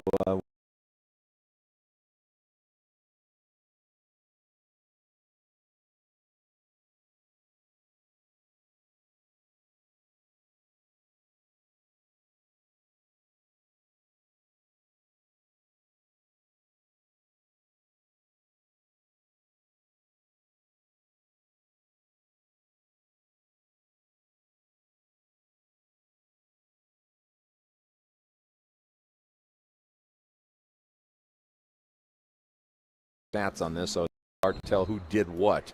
But Hampton looked impressive so far. On the Arkansas side, I think we still have some choices to make. The kid from Hampton came in and got them to a place where they could score. So right now I'm a little undecided on that side of it. If there's anybody on the Arkansas side that has stepped above the crowd, haven't yet seen it, but it doesn't mean it won't happen here in the second half. Yeah, it's funny. Even though they're down 14-7, the two defensive guys that have stood out to me, Robert Mack, the corner, he got the interference penalty there at the end, but it turned out didn't have any adverse effect on him. But he and Kyron Kidd, the big 55 from Camden Fairview, made a couple of really nice plays against the run. Those are the two guys defensively, even though they're on the short end right now, that have stood out in my mind. And you know, we've played a half and had no turnovers, which is a little hard to believe considering the fact that these guys have maybe practiced a couple of times together and have a fairly limited playbook they're working with. But we've held turnovers down to nothing so far, so that may be a deciding factor on who may get a defensive player of the game by the time we get finished with all this. We have 32 schools involved here. This is the second day of a 3-day event. Last night was basketball over at Liberty Ilo. Next Wednesday will be baseball over here at some point in time, trying to figure out how they made the decision between John McClure and David Hooton and Zach Fowler and Riley Fincher who's going to be the head coach of that Texas side team. And if I'm Fincher right now, I'm saying, wait a minute, my team went the furthest. I should get that head job. That's a good way to look at it. Or which field's it being played at? No, that's at Texas High. So. I'm McClure. I'm thinking I'm in charge. It's my field. But either way, it'll be outstanding. Anyone that's followed local sports in the last week or so know we've had a unbelievable Class 4A regional final matchup this week here in town against LE and PG. So both those schools had outstanding years. And how did Atlanta end up? No, they lost to Gunter last round. Same round LE lost. Yeah, so, regional finals. It's been a great year for all parties involved. And so it looks like the Texas team is back out on the field, and the officials are heading to positions. Lead us to believe action is about to begin. Yep, we'll get ready for the second half. I'm Chuck Zach along with Tony Kirk as we are bringing you this Tiger Stadium. Again, we want to certainly thank the folks at Texas High for being so accommodating. Tiger Vision has run the cameras here and made this whole thing work. Charles Aldridge is a fine what do you want to call it? Taskmaster? I don't think producer. Director. Carney? Czar. I like that. That's pretty good. Yeah. Carney, I don't get. I'm with Mr. Aldridge on that. That seemed a below the belt shot there. How about ringmaster? Well, that probably makes more sense than any of those. There you ringmaster, because he's got a lot of things going on here. I thought he's done a great job until he put the camera on us. Yeah, and then I questioned that decision. Big mistake. If we had any audience at that point, we got in trouble. Yeah, but, that was the end of it. Maybe if Aiken puts this as a package, he can edit that out. Yeah, exactly. All right, well, the Texas team will kick off to start the second half. And we'll remind you there are no returns. We're just going to do the process. So here's Oscar Hernandez from Texas High kicking off as the blue-clad Texas All-Stars. We'll watch this one scoot down to about the 8-yard line, grab there, and that's where the ball will not stay. It will come up to the 35-yard line, and Arkansas, trailing by a touchdown, will have the first possession of this second half. If you weren't with us in the first half, the Texas squad in this All-Star game went 65 yards and scored the first touchdown, and they were up 14-0 at one point. They were, yep. And then the backup quarterback, Ashton Rice, led the Arkansas team on a long drive, only to have it finished up by Jack Arnett from Prescott. The other quarterback ran it in for their lone touchdown. And Ashton Rice is up there quarterbacking right now, and split out to this near side is Easton Welsh, his teammate, both of them from Hampton High School. Rice with a 3.5 grade point average. Haven't seen where he play football at the next level, but he starts off with a completion. That's to Nashville's Keyshawn Stewart for just a short gain, and it'll be second down in about 9. Yeah, they come out here in a pretty wide set. They've got two wideouts. You wonder if they've decided after a half of football that maybe airing it out gives them a better opportunity to move the football. That's where they had a little bit of their success there on their one touchdown drive. You see a couple of helmets that look the same. There's some Foreman Gators out there, Christian Hayward and Nicholas Moss, a couple of the offensive linemen on the left side. On second down, Rice handing off to Stewart, and there's not much happening as, again, that Texas side defense does an outstanding job. That's Carter Renfro from North Lamar on the stop, and it's going to bring up third down in about 9. Yeah, the running back there, Stewart, took a little exception to how long the tackling continued on that. Yes. But eventually Renfro pulled his arms back, and play will resume peacefully. Kamani Terrell Gregg split out wide here to the bottom of your screen. He's from Hot Springs. And back goes Ashton Rice, setting up a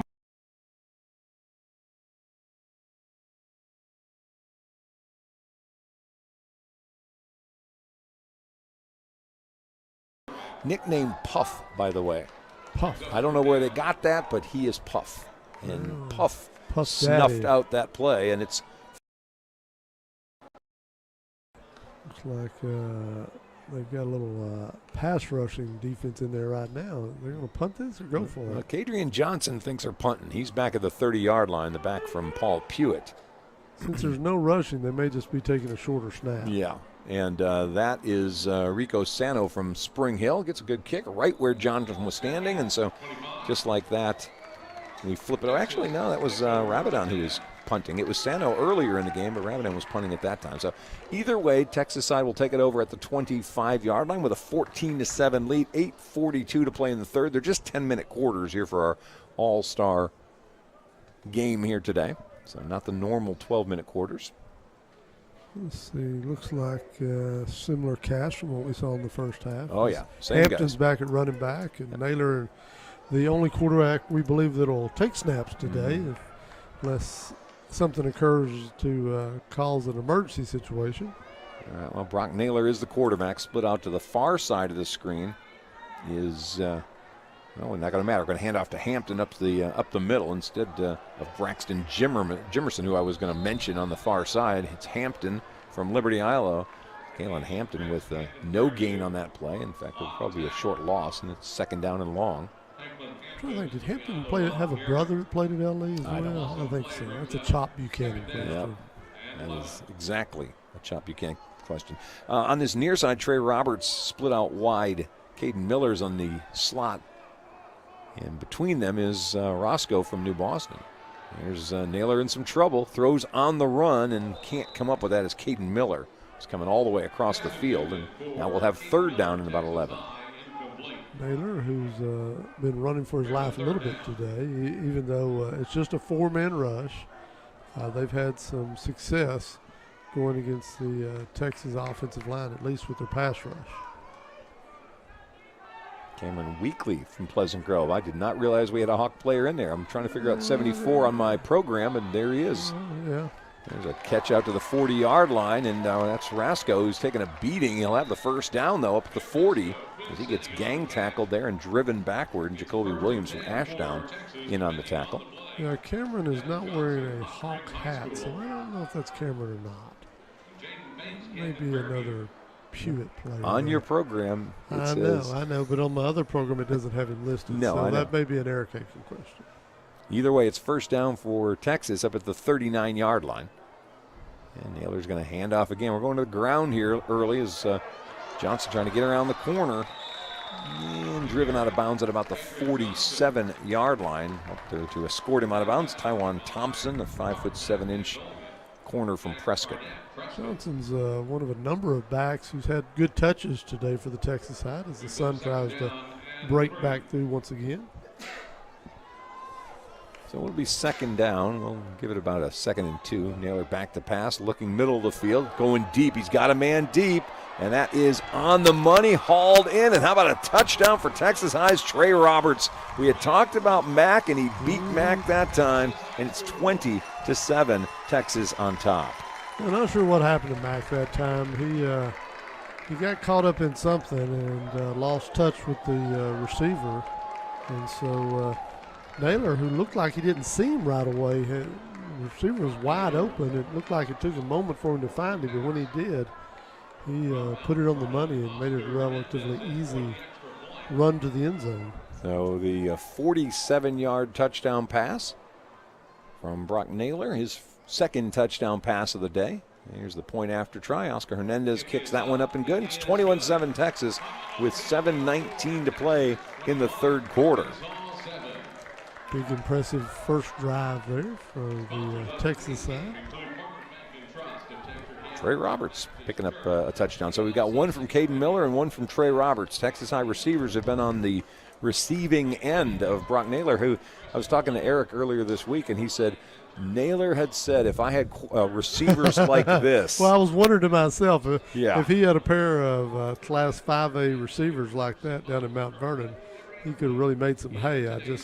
I'm doubting if he had that type of talent at the wideout position. Yeah, kind of don't think so. But still, I mean, we talked about he threw 3,200 yards and 32 touchdowns in the season. But, yeah, he didn't have this kind of talent. Yeah, you see these two young men from Foreman, 77 and 79 there. How does Foreman end up with two heavyweights like Nicholas Moss and Dalen Haley?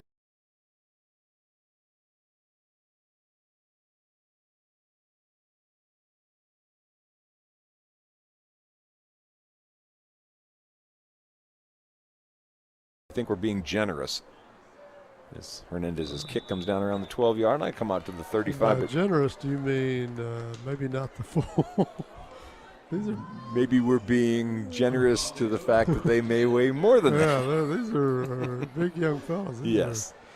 You know, we talk about calling them kids. These are all probably 18-year-old high school graduates at this point. These is a senior ball game. And there's a third one that we didn't really get a chance to talk about. He's going to line up here now on the offensive line. That's 52 Caleb Kegley. He's 285 as well. So they've got three. Well, they should have been able to run the ball this year with big old linemen like that. 285 pounders. They went 6-6 this year. So I don't know what they were up against, but they didn't have that great year. Arnett back to pass, and he had a little bit of time, and the clock went off in his head, and he got rid of it, and it's 2nd down and 10. Arnett, who's been a primarily running quarterback from what we saw in the first half, he was in there doing most of the running packages.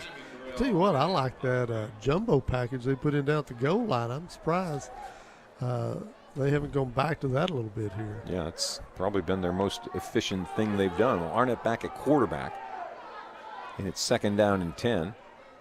Linebacker over there moving around is Kieran Andrade. You probably know that name. His dad's coach at Queen City. He's going to Gustavus Adolphus University up in Minnesota next year. Ooh, and that pass knocked down. Big paw by Kelvin Nesbitt, who bats it down, the defensive lineman from Mount Pleasant. Tiger broke through that time here at Tiger. And, he of the Mount Pleasant variety was all in the quarterback's grill and got his paw up on it as you described. There are 6 different teams on the field for the Texas side with Tigers as their name. Wow. It's a nice bit of trivia there, Mr. Zach. It's popular. Just trying to, lock Everybody in. loves the Tigers. Lock in. People love Tigers. Back to pass Arnett. This looks like a quarterback draw all the way, and sure enough, he waited, maybe waited a step too long, but open field tackle by Cadrian Johnson from Paul Pewitt. That name's a name we've said a bunch today. Yeah.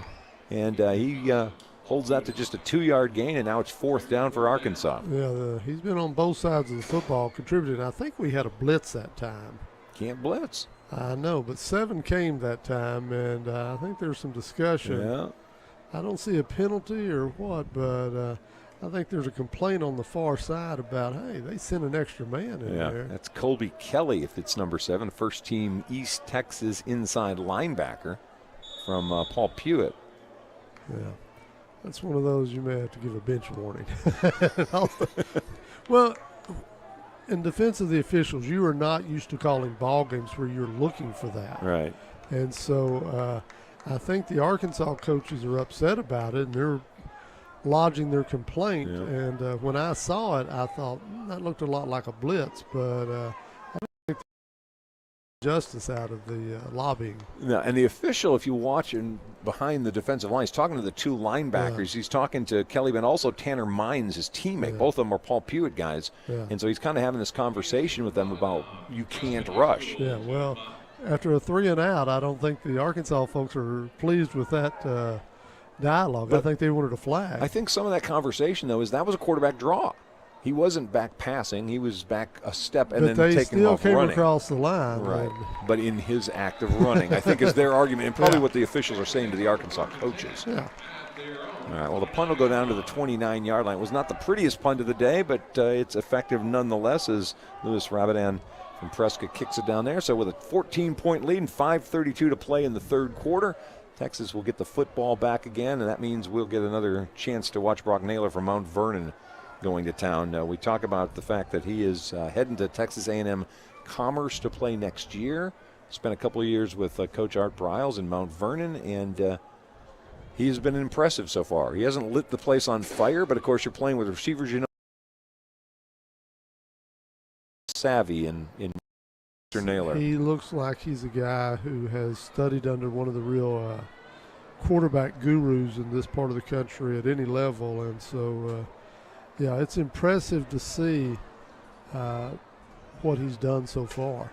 All right, well, back down here at the bottom of the screen is that matchup between Trey Roberts and Robert Mack. We'll see if there's any attempt for Mack to try to win this after getting burned the last time. But they were lined up against one another. First down and 10, Texas, 29-yard line. Back to the rollout for Naylor, and he's trying to throw to a receiver coming across. That's Rasco from Queen City, and he can't connect with him. It's incomplete. Second down and 10. Yeah, that was a pretty elaborate play-action play they were trying to get set up there. Unfortunately for Naylor, he never could get his feet. That's one of the trying to draw them in, and they drew them in a little too soon. Second down and 10. This time on the ground, they'll run straight ahead. And we saw the success in the first half from Kevon Thompson from New Boston, and he's right back at it again. Running behind that big offensive line. We've mentioned them a little bit today. It's unfortunate you can't get them more, but Colin Shelley, Reese Kelly, Landon Lyles. We've seen, we think, Cameron Weekly out there. So pretty big offensive line. Here we go on third down and short, and again it's Thompson. Boy, he got through the line, and all of a sudden the gear slowed down as he got near the 50-yard line, and he got tackled there. Yeah, a little trap play on 1st and 10. It results in another first down. I'll tell you what, this is the perfect example of how you spread a defense with the spread offense and run underneath. They've had, multiple receiver sets all day, and now they're just kind of running underneath it. We'll give Jet Morris the the center credit as well. And boy, right up the middle they go again. That's a third straight carry for Thompson, and all of a sudden Thompson's ripping big yards. That's a 14-yard gain, and we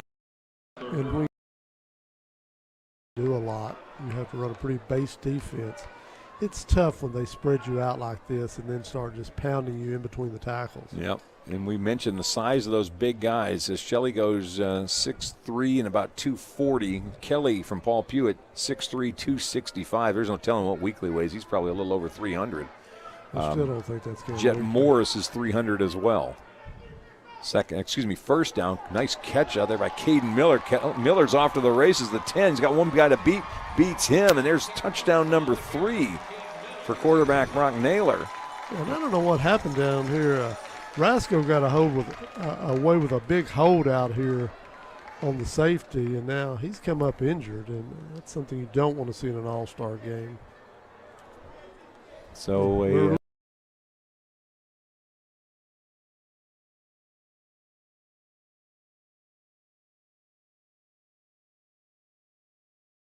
touchdown. Miller takes it to the house. From 35 yards away.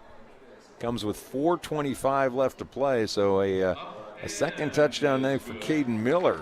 He's got a couple of them, one from 3, one from 35. The point after is good, 28-7. Texas on top with 4:25 left to play in the third.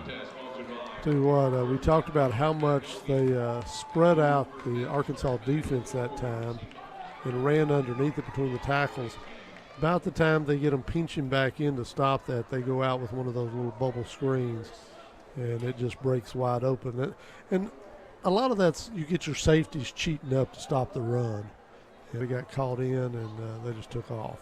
All right, well, Arkansas has had some glimmers of some stuff, but Texas is starting to figure out offensively. They can gash up the middle, and as soon as safeties start moving up, there's one-on-one coverage, and it looks right now as though the combination of Naylor and some of these receivers from Texas are just having their way with the Arkansas evolving. Coverage. Yeah, it really is.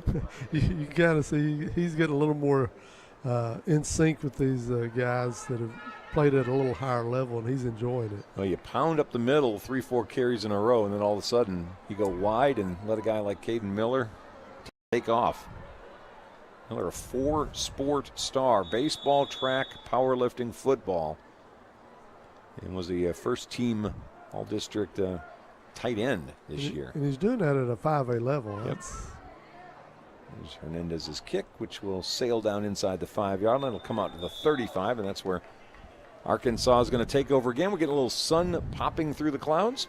Now, McFadden, who sort of caught that ball, give me that first name. Celeron? You got me. You know, my grandfather, and all of this is capitalized. The Che, the Lee, and the Rome are all capital. My grandfather bought a boat years ago. He has 4 sons. He didn't know what to name the boat, so he called it Chad, Don, Rob, Ken. Okay, so maybe that would, either way, it almost sounds French. Yeah. But he's from Hope, Arkansas. Maybe there's some combination of uncles or girlfriends or somebody in there that got the Either name. way, very cool name. Yes. All right.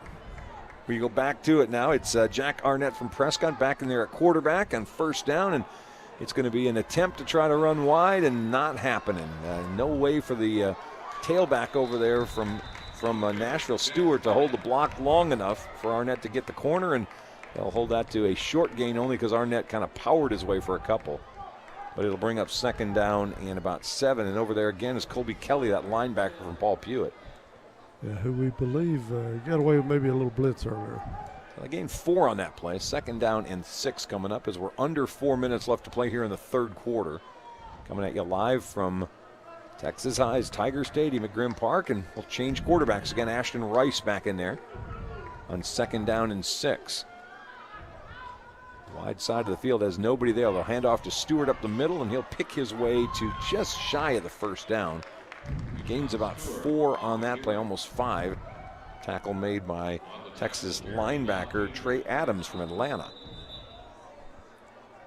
My daughter's sending me tips on how to pronounce the name of McFadden? No, the young man whose name we haven't called all day, Elias Goria, I think his name, or Goria. But he's number 1 on the Arkansas side. I want to text her back, but we haven't got a chance to call his name yet. We haven't mispronounced it.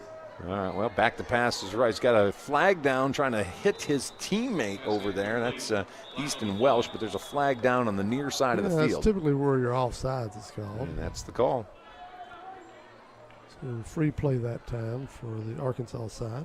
Tell you what, they were very generous on the spot on the last play. That did not look like it had gotten all the way to the 45-yard line for the first down, but Arkansas was given the first down, and now they've been gifted 5 yards on offsides. So it's 1st and 5, ball on the 50-yard line, clock stopping 2:53 to play, and they'll roll it back on. As funny as it seems, I think some umbrellas are out right now for sun. Yeah. Trying to avoid the sun. That's how crazy it is. Split out wide down here is Terrell Gray back to pass. Rice getting a little trouble. Throws middle, and that one's tipped and almost intercepted. First on the tip, and we've talked about the big man a few times. Renfro from North Lamar, he got a paw up on it and almost fell in the lap of Yari Hudson from Mount Pleasant. Yeah, Hudson, he's going to be laying in bed tonight thinking about that one. He was right there for him. He just couldn't get a grip of it. So second down and 5. And they've had multiple quarterbacks, and back into the game comes Jack Arnett from Prescott. Arnett appears to be the better runner and Rice the better thrower. And I think they're trying to show this defense different looks. This may be the last time Arnett's playing quarterback, and we'll have another flag. He's actually scheduled to play for SAU, but he's actually been recruited as a lineman.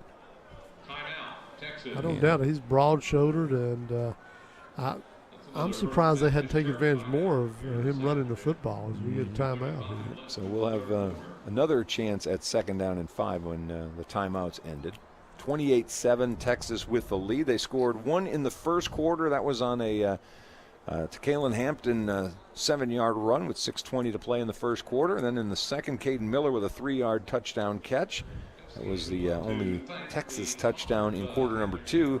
Arnett ran in from 3 yards away for Arkansas to make it 14-7 at halftime. And here in the third quarter, we've got a couple of Tiger receivers with touchdowns as Trey Roberts from 47 and Caden Miller from 35 have given the Texas All-Stars the 28-7 lead. Kind of get a sense the Arkansas coaches feel like they need to get a score here if they're going to keep this thing a viable ball game.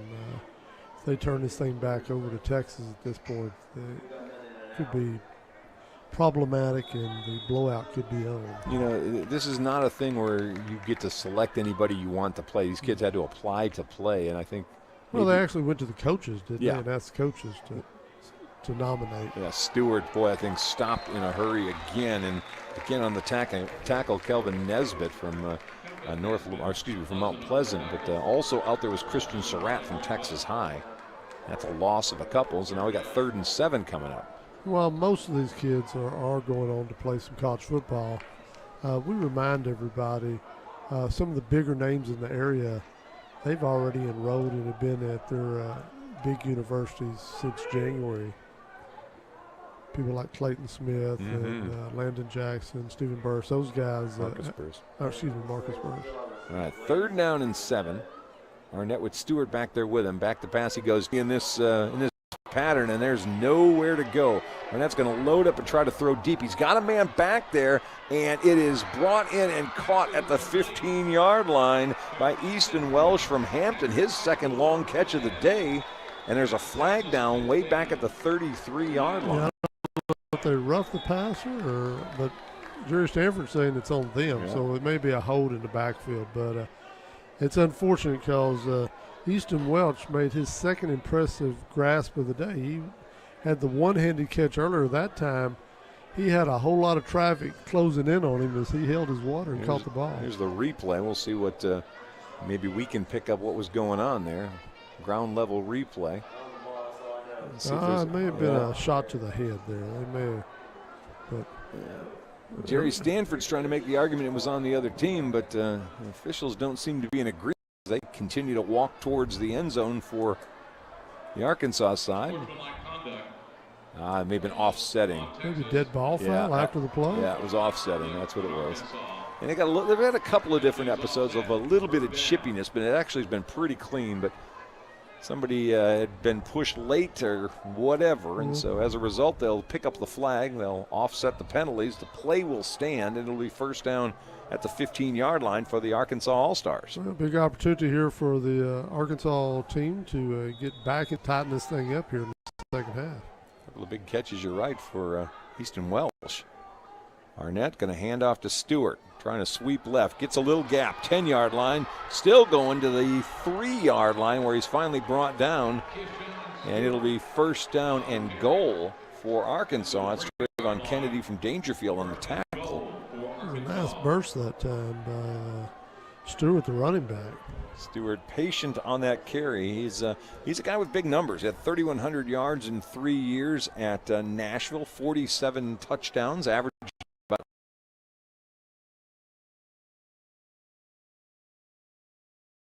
5-yard line. So they'll go back to that power package, stacking 3 linemen in front of the quarterback, who tries to go to his right and pushes his way in, and that's just all power. And for the second time today, Arnett goes in from 3 yards away, and we make it a 21-13 game, or 28-13 game. That just is too much meat on you there. A lot of bodies. They have that second row in there that they have put in, and that's an impressive package. It's reminiscent of the 18-wheeler package at the University of Texas when they had the big kid at quarterback. This Arnett is you talked about making a defensive lineman out of him. He's a load. You wonder which coach on the Arkansas side's decided, I think we'll go with this. Yeah, I'm not so sure I wouldn't be running on first down at midfield. Now, of course, his head coach, Brian Glass, is out there helping Matt Richardson, one of the assistants. That may be something he's brought with him. But let's do this. All right, point after is up and good, so 28-14 is our score. With 48 seconds to play in the third quarter, our all-star matchup. And it's getting more difficult every series to choose a defensive MVP. The offenses are kind of having their way right now. We just need somebody to take a touchdown interception. We need a turnover or something to make it an easier decision. But right now the offenses on both sides have been impressive for a very short preparation time for this All-Star game. Yeah, because you're really not going to get any quarterback sacks. Yeah. And like I said, if we'll get a turnover, that's probably going to be your guy. But 28-14, so Arkansas, after giving up a couple scores early in the quarter. Just a little bit of time left here in the third quarter. So come back for a fourth with what looks like we're going to have a 2-score margin. And maybe the weather has broken enough where rain will not be a threat the rest of this afternoon. Here's the kick, and we'll grab it at the 12 and bring it out to the 35-yard line. All right. Make sure Elias's name, and it's Goria is how that's pronounced, like Korea. Goria from Genoa Central? Yeah, he's a young man. We're going to try to get on leaving the yard one afternoon. He claims to be the first Genoa Central footballer to have accepted and going to go play some college football. Where's he going? Yes, he's been the first Genoa football player. He told me the other day. And I asked you because I researched kind of all these guys, and I didn't see anything that came across from him. That's why we're going to get him on with us one day. Right. You make that happen. I'm working on it, as always. First down How about a handoff inside and a yard, maybe two. That's about all she wrote. As submarining that play was Kyron Kidd from Camden Fairview. A little short gain for Trayvon Kennedy from Dangerfield, so 2nd down and 9. Kidd's had an impressive game thus far. He is one of my front runners for the defensive MVP. Oh, okay. Big talk, but all right. Javon Allen lining up there at the defensive end nearest to the screen, and on the other side is Zachary from Magnolia. You're right. Our first look at Mr. Goria, 5'11", 175-pounder, got him set up as an outside linebacker. And well, they've got this. They're basically only running one safety right now. They had so much, I think, success running the football last time that I think the Arkansas coach.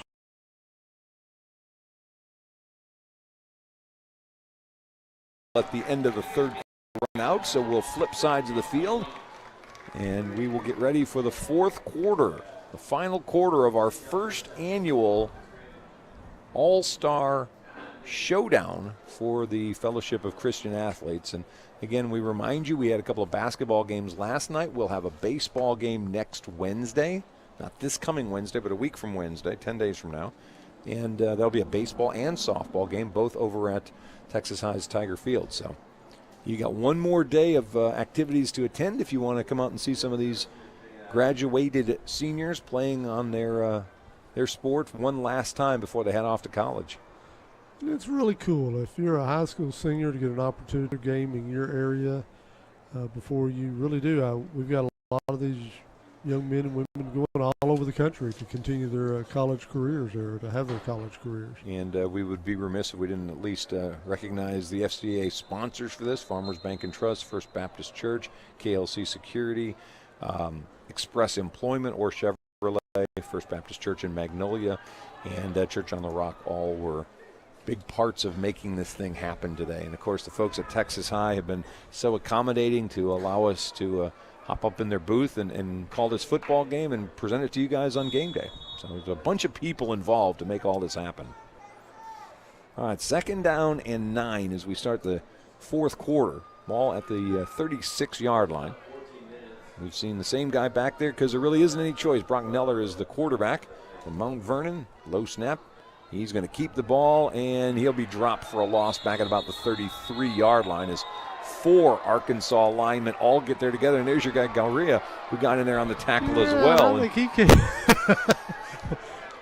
There was a fumble, and it turned into a running play. I think the Arkansas coaches have decided, well, if they're going to send their guy, Jerry Stanford's point right now. Look at the guy with the green hat. I don't think he's a lineman. Why is he in the backfield? Right. Yeah, there were 4 of them back there. This is amusing from the fact that I think both sides know he's back. I'm defensive line and safety. I think that turnabout was fair play from a play earlier in the game when Texas kind of got away with the blitz. It's all good. New center in there, Ethan Knight from Redwater doing the snapping. Back goes Neller on 3rd down. He'll flush, look, throws deep. Boy, there's a lot of contact back there. There's going to be the penalty. Here comes the laundry. Yeah, Robert Mack had his hands all over Trey Lewis Colbert, and he's going to get called for pass interference, and it'll be a 1st down tackle. In a no-win spot right there. The receiver has stopped, and you stopped, and he's kind of posting you up at that point, and so the contact is coming from both directions. And Mack, who goes all of 5'9" versus the 6'3" Colbert, had no chance. Yeah, and like I say, he felt like he was being posted up, and the defensive back, on the other hand, is the one that gets called for it. Remind you, we're playing NCAA rules. That is not a spot foul and interference. That's going to be a 15-yard penalty.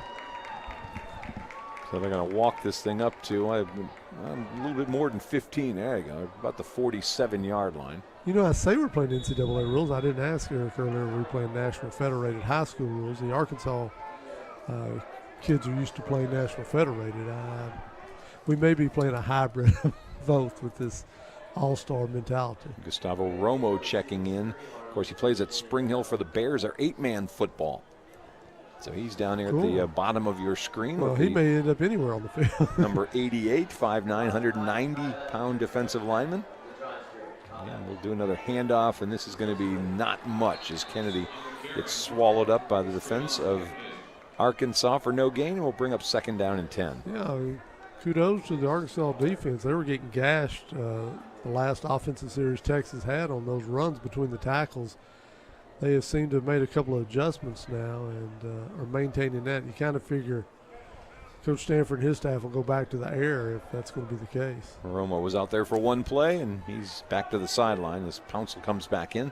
2nd down and 10. Quarterback back to pass, throwing deep, and that one's hauled all the way to the end zone. Touchdown, Texas. Trey Lewis Colbert with the snag and the 4th touchdown pass of the afternoon for Brock Neller, who's making the offensive MVP a little easier. Yeah, Naylor's nice big throw there. It looked like the corner got beat and the safety was too late, and he just put the ball right where it needed to be for a relatively easy touchdown.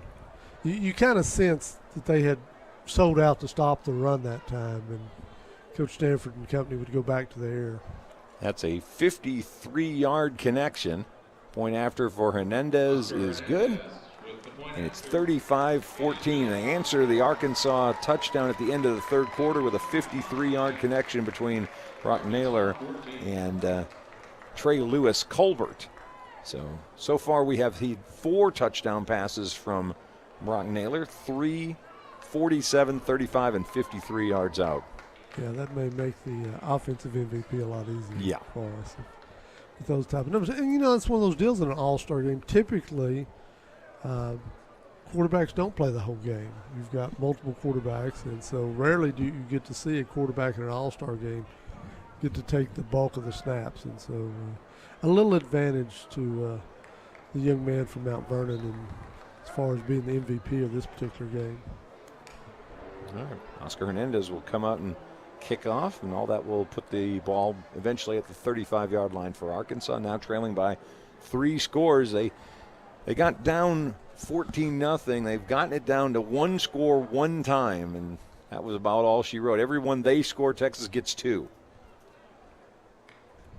I'm no math major, but that doesn't work for you. That's the 1 step forward, 2 step back thing. It usually gets you going backward. I'm going to guess this is the only time Carter Renfro's ever been on a kickoff coverage team. Why? Why do you say that? Well, big number 71 from North Lamar there doesn't look like the guy that's typically on a kickoff coverage team. He's more of a lineman type. Maybe he's a very sure tackler. Maybe. I think the fact that there's not going to be a need for tackling is one of the reasons he's out there. Yeah. I think it's like, you're going to be out there anyway. Go ahead. They basically put all the defenders out there. That's what you're going to be on the field anyway. Yeah. Walk 20 yards forward and line up from there. All right, let's see if looks like Arnett's. Hope.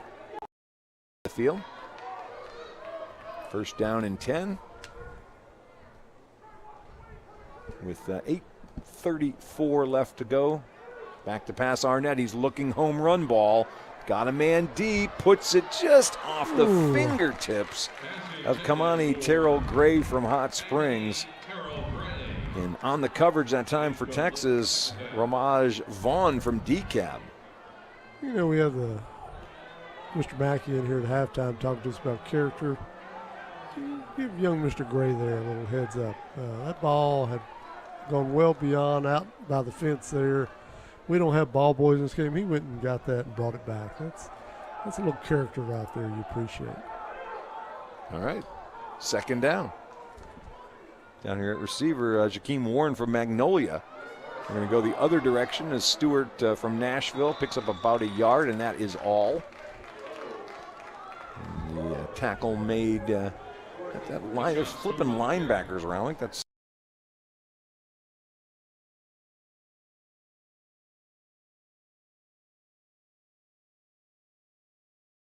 it would help if I'm looking at Texas. So Ingram on the tackle, and now it brings up a rather long 3rd down and 9. Talked about Jalen Green earlier. He's back inside a tackle. He's played end and tackle today. with a defensive line this time, kind of green pass rush. The rest of them kind of just stood up. They'll flush out Arnett. He'll throw back across his body. That ball's into the hands, and it looks like caught by by Kamani Terrell Gray of Hot Springs for the first down. He's a 5A All-State selection at 48 catches, 860 yards, 11 touchdowns. Runs the 4.5 and he's going to Henderson State. Yeah, they're trying to hurry it up here a little bit, try to get a little pace going here for Arkansas. First down across the 50 at the 47-yard line. Arkansas flipping folks all over the place. Now they're all set. Gray is out wide. Arnett back to pass. They step up in the pocket. Green knocked the ball away, and Arnett alertly falls on top of it. It was almost had our first turnover. Sitting right at the feet, basically, of Jalen Green. He just couldn't find the football, but it's a sack and a loss back to the 48-yard line. Loss of 5. You mentioned Jalen had been brought in to play some defensive tackle position he had to play this year. More of a natural defensive end. That's what we expect to see him play at Midwestern State. It's second down and 15. 48-yard line. Boy, Texas side's flipping linemen all over the place. Now they're setting on second and long. They're going to hand the ball off. Not much. As Brandon Moore from El Dorado dives back across the 50-yard line and got 4 of it. So 3rd and 11 coming up. Going back to the big pass play, Arnett made 2 plays back.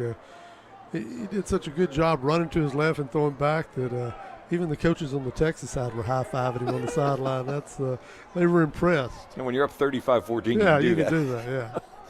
6:17 to play here in the fourth quarter. Arnett back to pass. He's got problems again. Christian Surratt after him. He gets away from Surratt and fights off one more defender. Throws. Late hit by Surratt on Arnett and in and out of the hands of the wide receiver Easton Welsh, but there is a flag down here at the 50-yard line. Surratt with a late hit on Arnett. Welch, who's made 2 excellent catches, just dropped the easy one. Yeah. It hit him right between the numbers. Well, that ball took a long time to get there. You're kind of figuring, I'm about to get nailed. Yeah, I agree. He probably saw what had happened to Arnett when he released it, and he's thinking it's about to happen to me when he just took his eye off of it. Yeah, there's the personal fouls. So Surratt cost the Texas team 15, and it'll be an automatic first down for Arkansas with 6:01 left to play in the ball game. Former used to say, well, you're going to get hit anyway. That's right. Might as well catch the football. We talked about laying in bed and thinking about you should have. That's the one Easton will be thinking about. Yeah, they got the 15 anyway. So it's first down up at the 33-yard line. Clock stopped, 6:01 left to play. 35-14, Texas with the lead. Here's Arnett with the handoff to Stewart again, and he's got a little gap, and off to the races he goes. The 20, the 10, the 5, and how about the touchdown from 33 yards away for Arkansas is Keyshawn Stewart, who had 47 as a career. I was going to say, you talked about a while ago, he knew his way to the end zone, and that time when the hole opened, you kind of had a feeling that nobody was going to lay a hand on him. I like the fact that Arkansas didn't just quit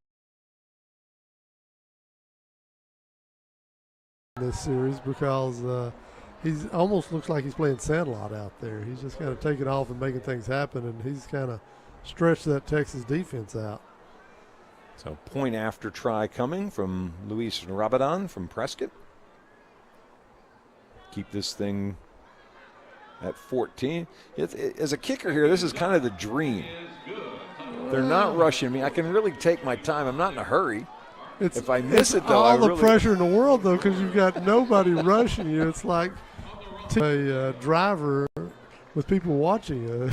It's not the same as you're used to. Yeah, but you got a lot of time to not worry about rushing or slipping. I can look at it. Okay, is the snap down and good? Perfect. If it doesn't slip, everything. They always he's got say time to spin it. The closest thing to kicking in football is hitting a golf club, and when you've got everybody looking at you at once, staring at you as you have no pressure, I think it puts additional pressure on you. You get a message.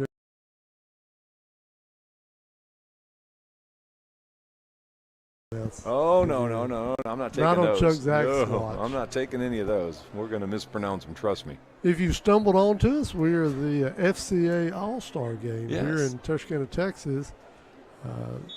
really folks from both sides of the state line, Arkansas and Texas here, represented today.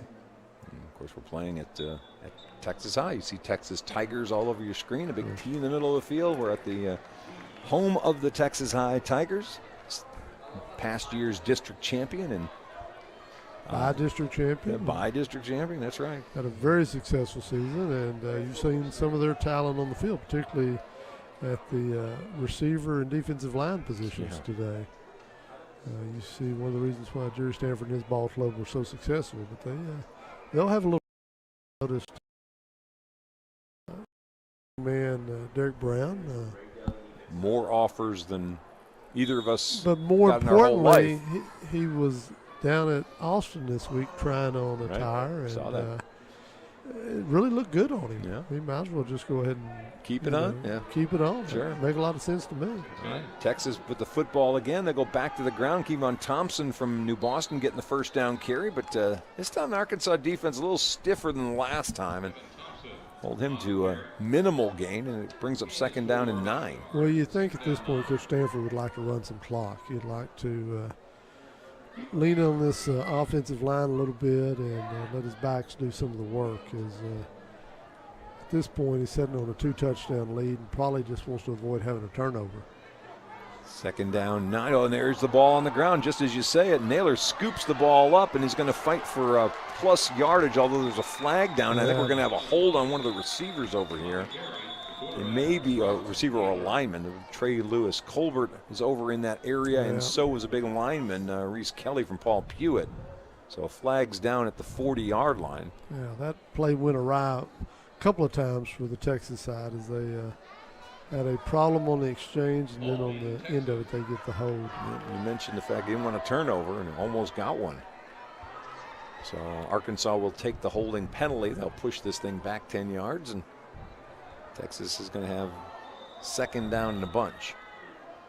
Yeah, I think we're going to have to remark that one. The umpire got the step in, and I don't know if he started from the right spot, but we'll do it again. That is a spot foul. So we'll take it back to the 31-yard line. Second down and 14. 2-yard penalty. 5:15 left to play in this game. 35-21, Texas leading Arkansas. You kind of think Coach Stanford here will continue with the run. I guess I'd be surprised if he wants to risk putting this ball in there, but I've been surprised before. One of the officials wants the clock to start and not get a lot of There we finally. go. Jerry Stanford wants it to run too. There's the little backward pass. Another flag down back behind the play as Hampton gets out to the 40-yard line. Get another holding penalty. Gain 9, but they're going to lose 10. I think that's Justin Woodson, who's kind of serving the duty of an official today. He does white hat during the fall. All right, so clock does stop. We're at the 5-minute mark now, and they'll walk them back 10 more yards. So back to the 21-yard line. Now this becomes second down and 24. Got to get up to the 45 for the first down for Texas. Tell you what, Arkansas getting a couple of breaks here from the penalties by Texas to keep them in this game. A couple of first downs, they got to run this thing out. Now, A, putting themselves in a position almost have to throw, and B, they've only got maybe 2 more plays before they're going to have to give the ball up again. Looks like they're going. Just going to let the clock roll. Well, no, they didn't get the 40-second clock to start. Big coach on the Arkansas side, cap down, wanting to know why did 12 seconds just run off? Yeah, why did I lose? Why did the play clock not start, but we lost 12 seconds on the game clock? So they'll have this discussion for a minute. If you're wondering if folks want to win today. The flying cap tells you right away everybody takes the game serious when they step on the field. Yeah, it's not a friendly, as they say in soccer. This is one with some pride on the line, and particularly when you have both sides of the state line. We'll remind you, we got to name an MVP for both the offensive and defensive sides of the ball. I think we're all in agreement at the moment, unless something crazy happens in the next 448 that Brock Naylor's probably going to be the offensive guy. We just haven't really settled on the defensive guy. Which in a 35-21 ball game is understandable. As one would expect. If America, I think I'd have had a Arkansas side MVP and a Texas side MVP. And he may decide to do that before it's over. All right, so here we'll try it again. 2nd down and 24 back at the 21-yard line. Well, the pass rushers got off early, and we got another flag. And with contact, the play was going to stop. Now there's all kinds of making the football lawyer argument for why it's on the other team. Caden Miller's making the case, I got hit. And the Arkansas side are going, wait, they drew me off. And Kyron Kidd is making that argument the most. So 5-yard penalty will make this a little easier for Texas. Instead of 2nd and 24, it's 2nd and 19. And they did look like they were going to pass on that play. That time, Trey Roberts was running a streak down the middle, and he was about to find out if the safety could turn and go with him or not. Well, they have been leaving the slot receivers uncovered at the line of scrimmage. They're picking them up once they get down the field. Watch this a few times today. It looks like they may have a linebacker go over there and nudge him a little bit. Yeah. And off we go again. Back to pass Naylor. Got some pressure on him. Rolls, throws, and he's way off the mark as he missed, I guess, the intended Caden Miller, but he was way over his head. And the clock will stop 4:41. And now it's to just throw that where there wasn't anybody, because he did. That may be that Fast Eddie Reckworth back there at the back judge position. It sure looks like him. I'll tell you what, they've gone out to get an all-star crew on this officials today. Or everybody else was on vacation. One or the other. I don't know which it was. Eddie, who does work on Jim Cranford's crew during the regular season. All right, so 3rd and 19. They got to get the ball up to the 45-yard line. Here's Naylor back to pass again. He's again being rushed. He's again going to go down. This is going to be a sack back at the 19-yard line. And corralling the quarterback that time was Shamar Kemp from Foreman. But because he was smart enough not to get rid of that ball and take a little bit of a hit, Naylor forced Arkansas to use a timeout. He could have just gotten rid of that ball. And Arkansas is down to their last timeout now with 4:31 to play. So we're going to get a punt. And Arkansas is going to get the ball probably from there at around their 40-yard line, maybe even a little closer. Down 2 scores with only 1 timeout left. They're going to certainly have to go to the air, and it makes you wonder, does Coach Richardson come back in here with Hampton's Ashton Rice, who seems to be a more passing quarterback, or does he like that physicality Arnett gives him and the ability to escape and try to make plays with his feet or his arm? We described Arnett as kind of playing sandlot football in the last series, and in a game like this, that's kind of apropos. If they can't send blitzers and they can't, confuse you with looks and all, you may be better off with just a big, strong-arm kid running around back there trying to find an open man downfield. Of course, Prescott 10-1 on the year, so if you're wondering, well, what kind of quarterback is Arnett? He led a team that had a pretty successful season. By the way, it's Naylor who's in the punting position. Just to keep him honest, I guess. They'll shove a defender back deep, but this punt's going to go to the 46-yard line. So good job by Arkansas getting up there and grabbing it. That's Jacoby Williams. Great field position with 4:31 left here. Yeah, that's an all-state defensive back, by the way. He's going to OBU. Only 1 timeout left for the Arkansas side. So you're 53 yards away. You got 4.5 minutes to play with. You're down 2 scores. You want to get on down the field and leave yourself a little bit of time. Now, I don't know with the Go ahead. The kick rules having for an old kick or anything. I don't know. We were told they can rush the kicker on a game-winning field goal attempt, but we haven't heard about onside kicks. And they do go to Rice, Ashton Rice.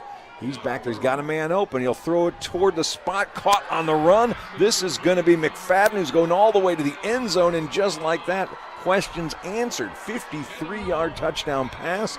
Ashton Rice to McFadden, and now it's a 1-score game. And it kind of makes the onside kick a moot point at this juncture because now you got plenty of time to hold them and get the ball back and have another possession. 4:22 left to play in the ball game, and I guess maybe here is your pressure kick. Yeah, you can't get off. You can't miss this well, one. You can always go for two. I don't know if they're letting them go for two. They may not. Yeah, I would think you could have a live play for two, surely. I mean, it's a live play. Well, make this and we won't have to worry about it. Eric did say he wants no overtime. That's right. Ramadan on for the point after try. And he boots it good. It's 5:28. 4:22 left to play in this game. And we got maybe the possession of the game coming up for Texas. Certainly.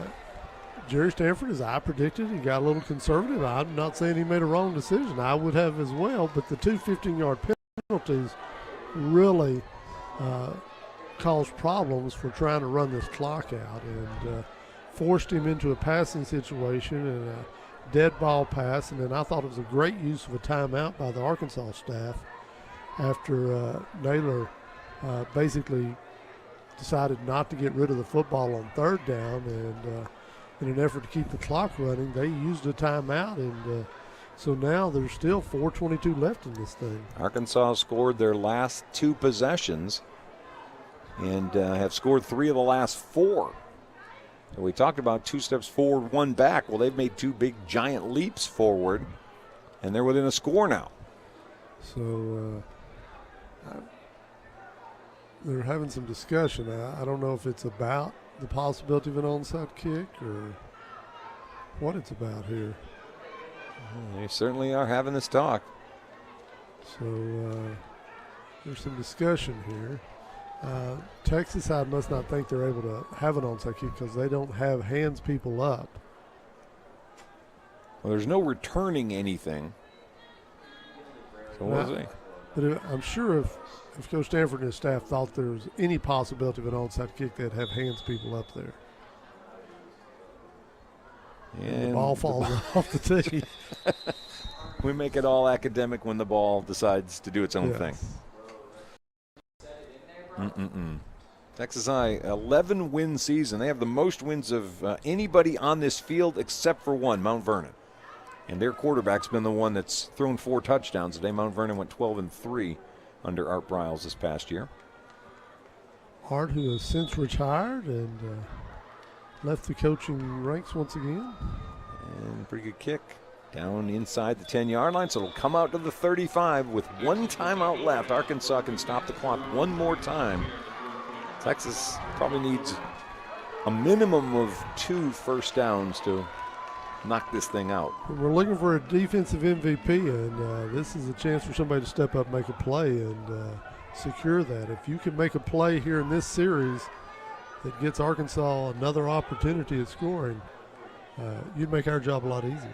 Or we just decide we're going to have an Arkansas MVP and a Texas MVP, and we just tell Mr. Aiken, guess who the MVPs are. I don't think it works that way. You don't tell Mr. Aiken. He said, send me your MVPs.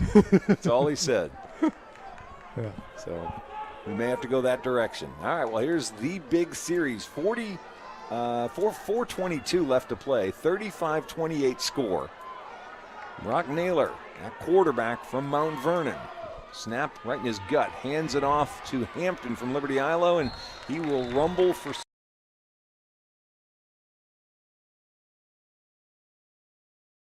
Yeah, I think told number 1 before he went on the field, why don't you just run this thing out for me? I need 3 carries, and then we'll talk about the next 3 carries. Yeah.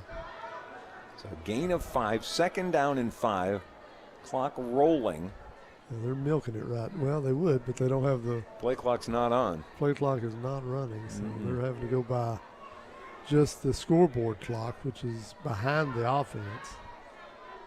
All right, 2nd down and 5, Hampton again. And he'll have the first down as he fights off the tackle attempt from Devin Johnson of Hot Springs. Goes for another 6, and that moves the chains, and there's 1 first down. Well, we give Johnson credit. He kind of got bull rushed there by Hampton, pushed back, but he didn't quit on the play. Instead, he dropped down and got him around the ankles and brought him down, but by then he'd already gained the first down. Cameron Zachary from Magnolia went running off the field, a little limping.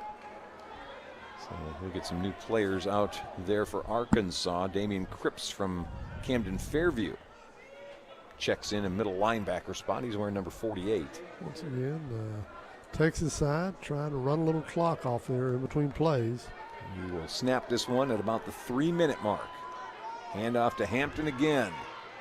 And he's going to get across the 50-yard line. Arkansas guys tugging at that football, trying to get it out of his arms, but he goes for another 6, almost 7 yards. And it'll bring up 2nd down and about 3. And the clock is the enemy for Arkansas right now.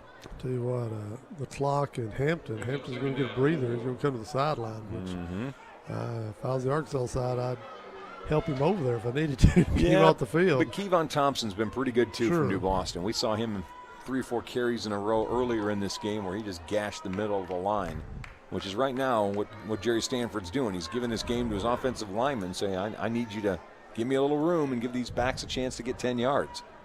2:15 and counting as Texas gets ready to snap the ball. They do. It's Thompson up the middle, and he's going to be stopped shy of the 45-yard line. Ball comes out. Yeah, Arnett's claiming he's got it, but the officials blew the whistle. So it'll be 3rd down and 2.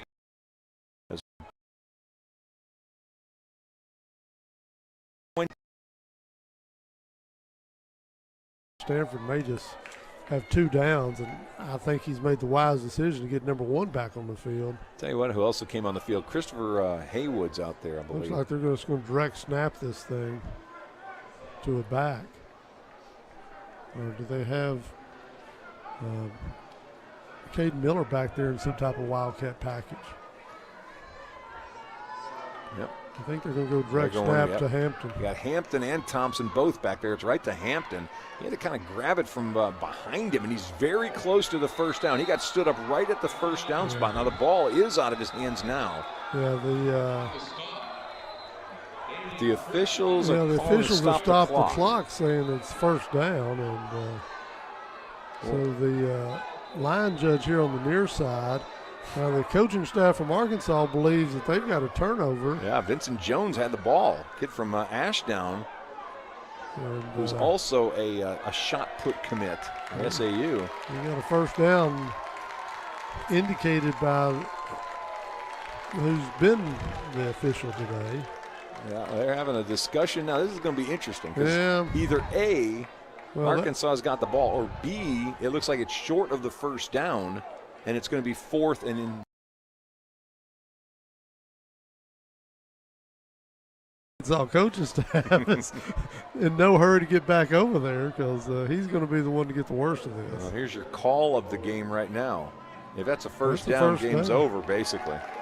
Yep, 1st down Texas. No, timeout Arkansas, is that what they call them? Yeah, Arkansas is taking their timeout, so they have 1 timeout left. He's going to give more time to chew on a referee and maybe get a walk out here. He's asking for the ball to be back. He should be back at the 45-yard line. They said the guy had the ball at the 45-yard line. well, the line judge on the near side is who gave him the spot.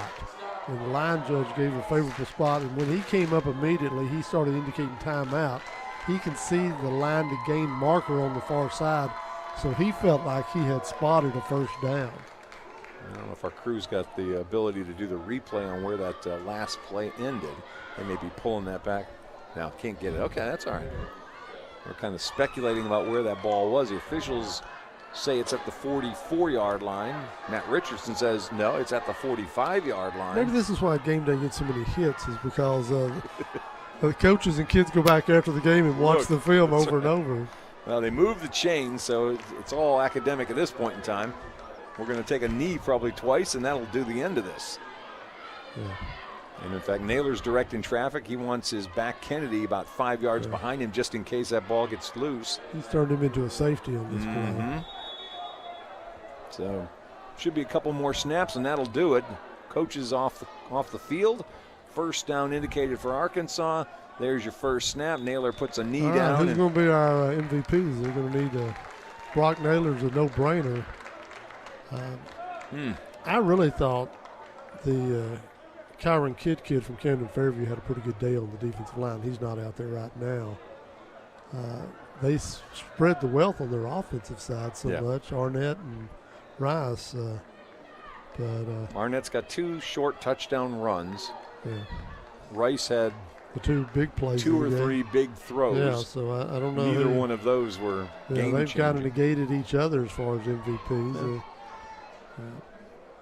But at the same time, it's tough to find a defensive guy that's had a huge impact. But the Kelly kid had a couple of big tackles down in the red zone in the first half, a couple of decent plays in the second half. But All right, well, they'll shake hands. They'll roll the clock down to 0, and the first ever FCA All-Star Showdown football game is about to be in the books. 35-28, Texas will take the win. That means they've won the girls' basketball game, the boys' basketball game, and now the football game. So no matter what happens next Wednesday in baseball, there's no way that Arkansas can win the Showdown this year. looks like. And so are you having to text Mr. Akins? Yes. He's looking at his phone right now. I know. I'm getting there as fast as I can now. We appreciate you joining us today, and we certainly appreciate Tiger Vision Game Day for bringing this presentation out.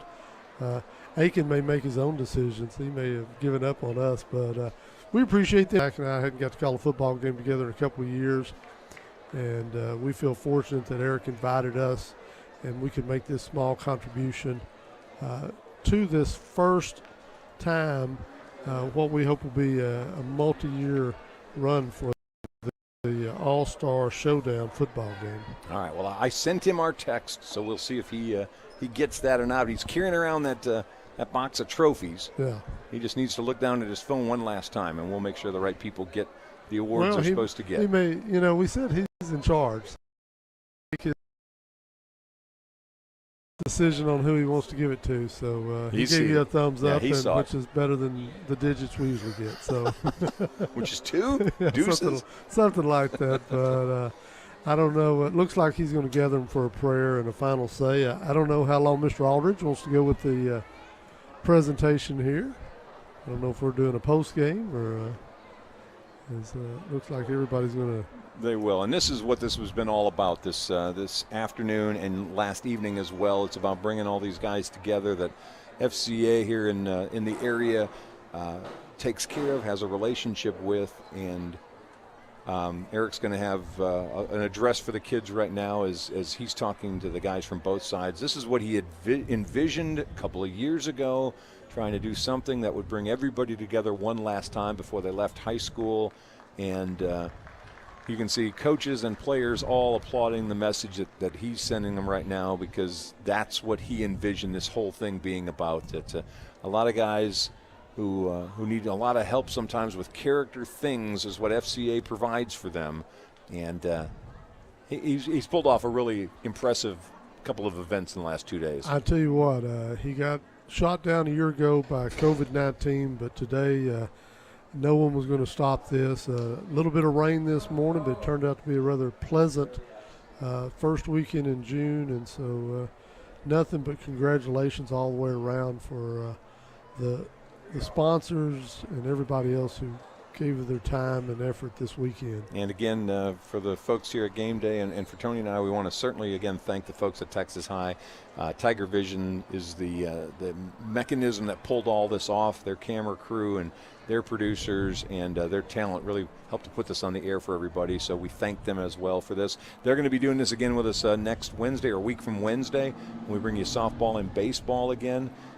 And we're looking forward to another outstanding presentation and an outstanding game. We've had 3 really good games. Those 2 games last night were pretty close, 54-49. The Texas girls won, 75-68. The Texas guys won, and here in football, 35-28 is the final score as Texas beats Arkansas in this third installment of the inaugural All-Star Showdown.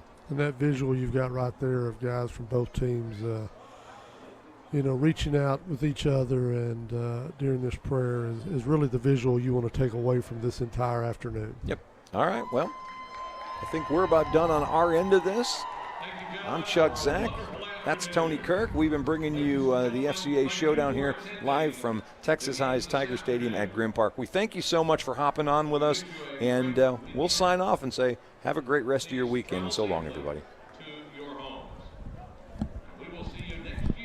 For the second annual contest here at Tiger Stadium at Grimm Park.